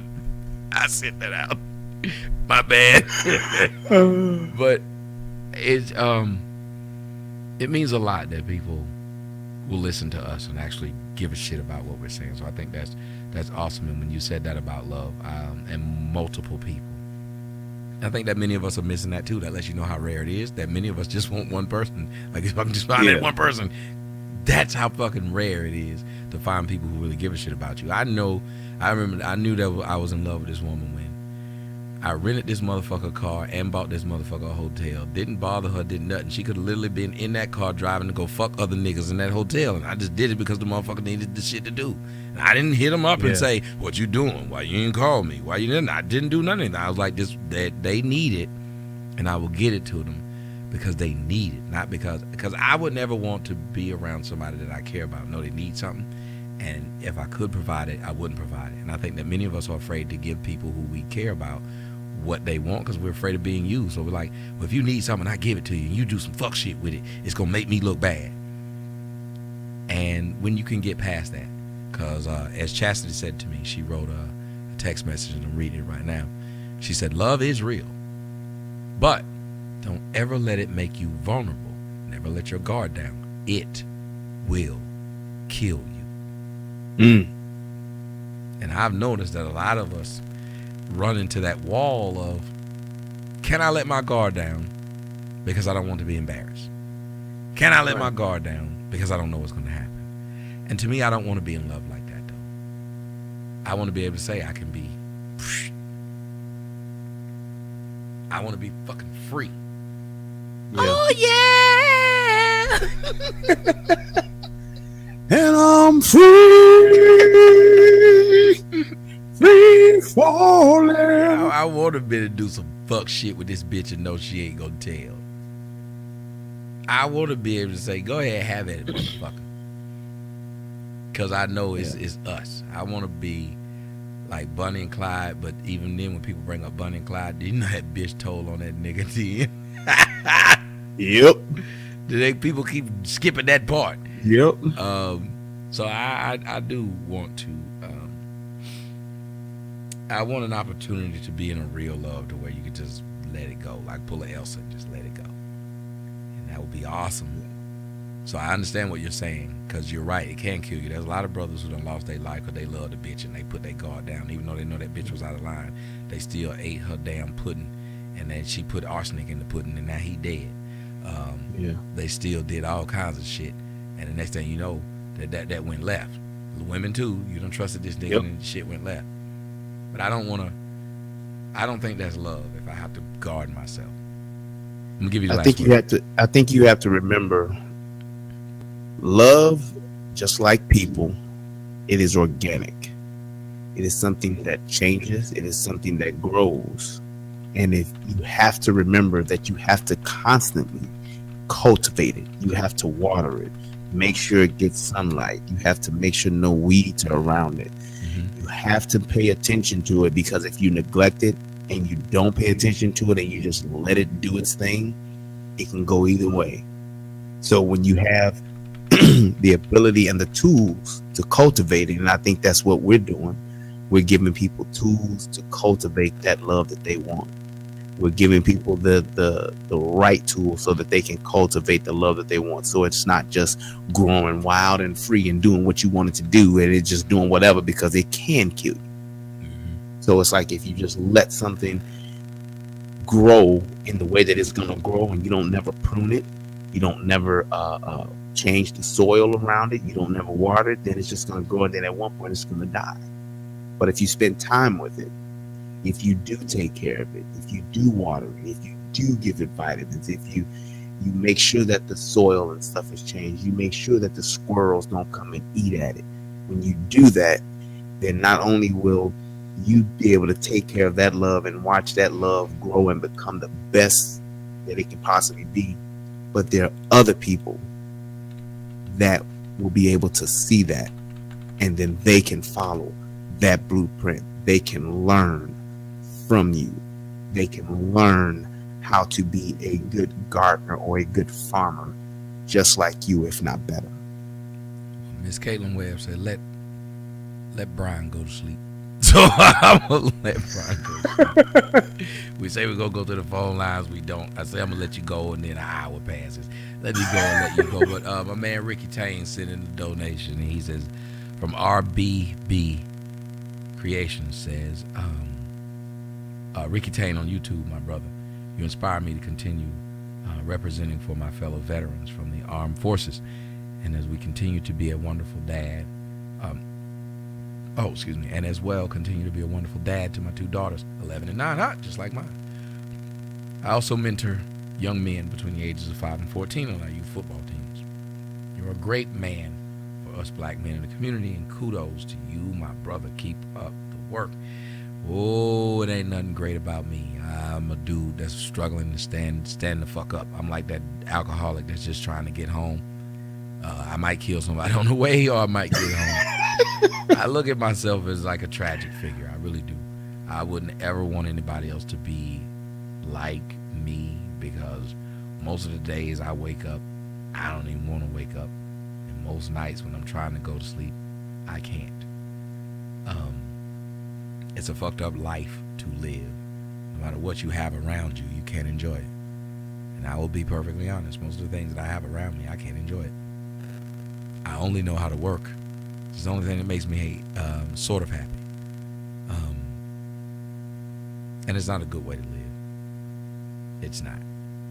I think most of the things that you guys see me buy, when do you see me enjoy it? Just think about that. I don't try to pay that a lot of attention. Most of the things you see me buy, you rarely see me enjoying it. Had somebody say, you got a pool, you don't get in it. And I got a car and I barely drive it. Got cameras and barely use them. Got music equipment, don't fuck with it. It's like, it's not what really would make you happy, but it's what you think will be a substitute. So whenever people are trying to fight to get what I have, I honestly wish they could get it, so they could leave me the fuck alone. I'm not trying to keep Kev Gills or Lake DeBone or True Seaman. I'm not trying to keep any of these people from attaining their goals. I just keep hoping they'll reach them so they'll leave me the fuck alone.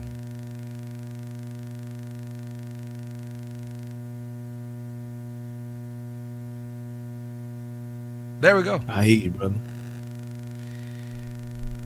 We bid you guys adieu and farewell. Now I say goodbye to all my Negro friends. NIGGR.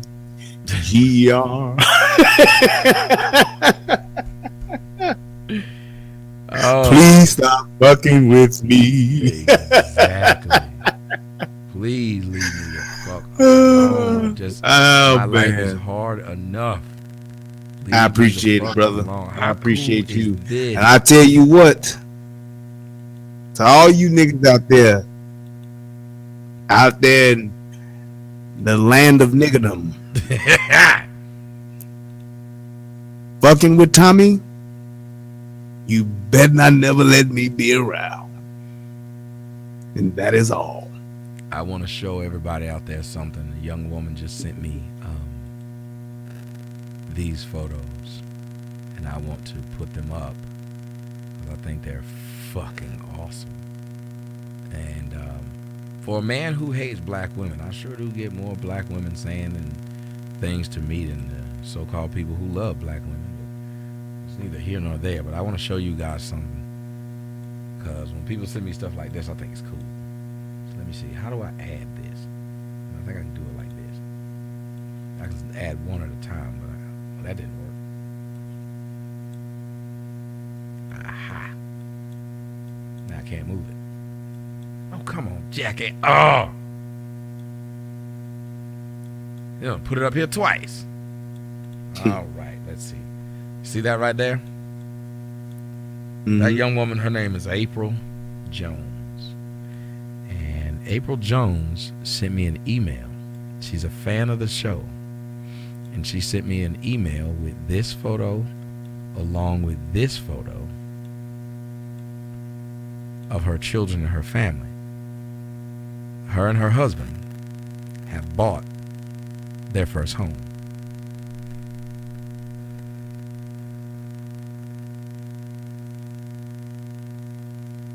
And she wrote, "Don't just impress some, but impact a nation. Sincerely, April M. Jones." She wanted me to know that she's gotten her first home. She emails me all the time just to give me encouraging messages. No reason to. Again, this is a black woman, married, husband, 4 children. They got a home. They got a yard. She can let her kids go out there and play in it. Got them in a nice neighborhood where niggas ain't shooting. Her son got the 1991 stance over there. He chilling. Right. He got it. And it's a beautiful family they got there. 2 girls, 2 boys. And one of the girls looked just like her, that one that's standing beside her. The one that's holding the soul. That's a spitting image of her mama. That's crazy. That's crazy. Wow. But April, congratulations to you and your husband and your family. It's a nice house. Even got the fence in the backyard. Got it. It literally is that house. You know what? Like when they used to put up the house to say, this is what the American family want. That they literally had it. Yeah. Congratulations. I thought it would have been me.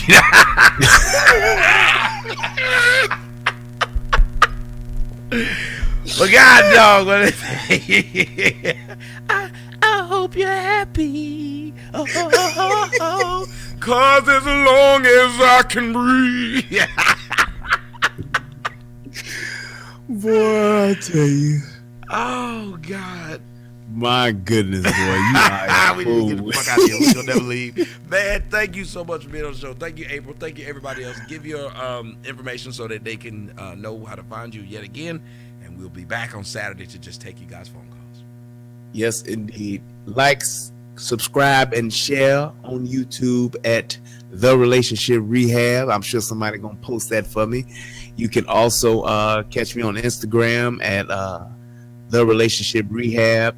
You can hit me up on Twitter at Relate Better, and you can hit me up on my website at therelationshiprehab.com.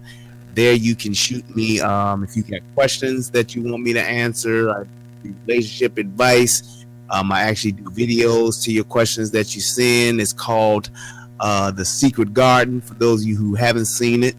So yeah, it's all anonymous or whatever. I ain't gonna put your business out there, so you can do that. If you got any questions or anything about anything else, if you want to connect with me, just hit me up through one of those ways, and man, we can get it cracking. I appreciate you guys. To all the moderators, thank you so much for all the love and support you guys have given me. I thank you 1,000 times. And man, to my brother, it's always a pleasure, man, and an honor. I'm gonna give you the old Don Benzini.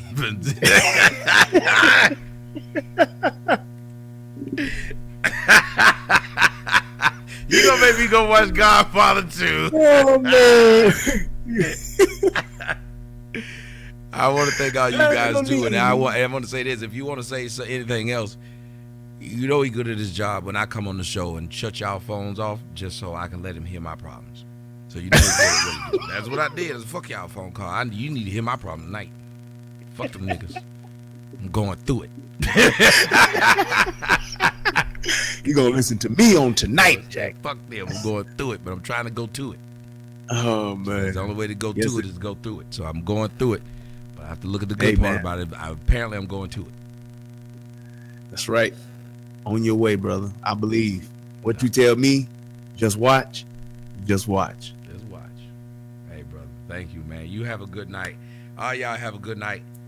Fuck y'all. Yes, indeed. See y'all on Saturday. It's going down. We'll be back. We're gonna do it, and I look forward to that because I just want to hear what people are saying. Because I know if I had these kind of things I want to talk about, I'm sure that everybody else wants to talk about it too. So I don't want to be selfish and just be the guy who I got to talk about it when nobody else did. So I want to give them that same opportunity. All right, let's do it, people. See y'all, man. Peace out, people. Everybody else, we gone. Shut this down here. Shut this down.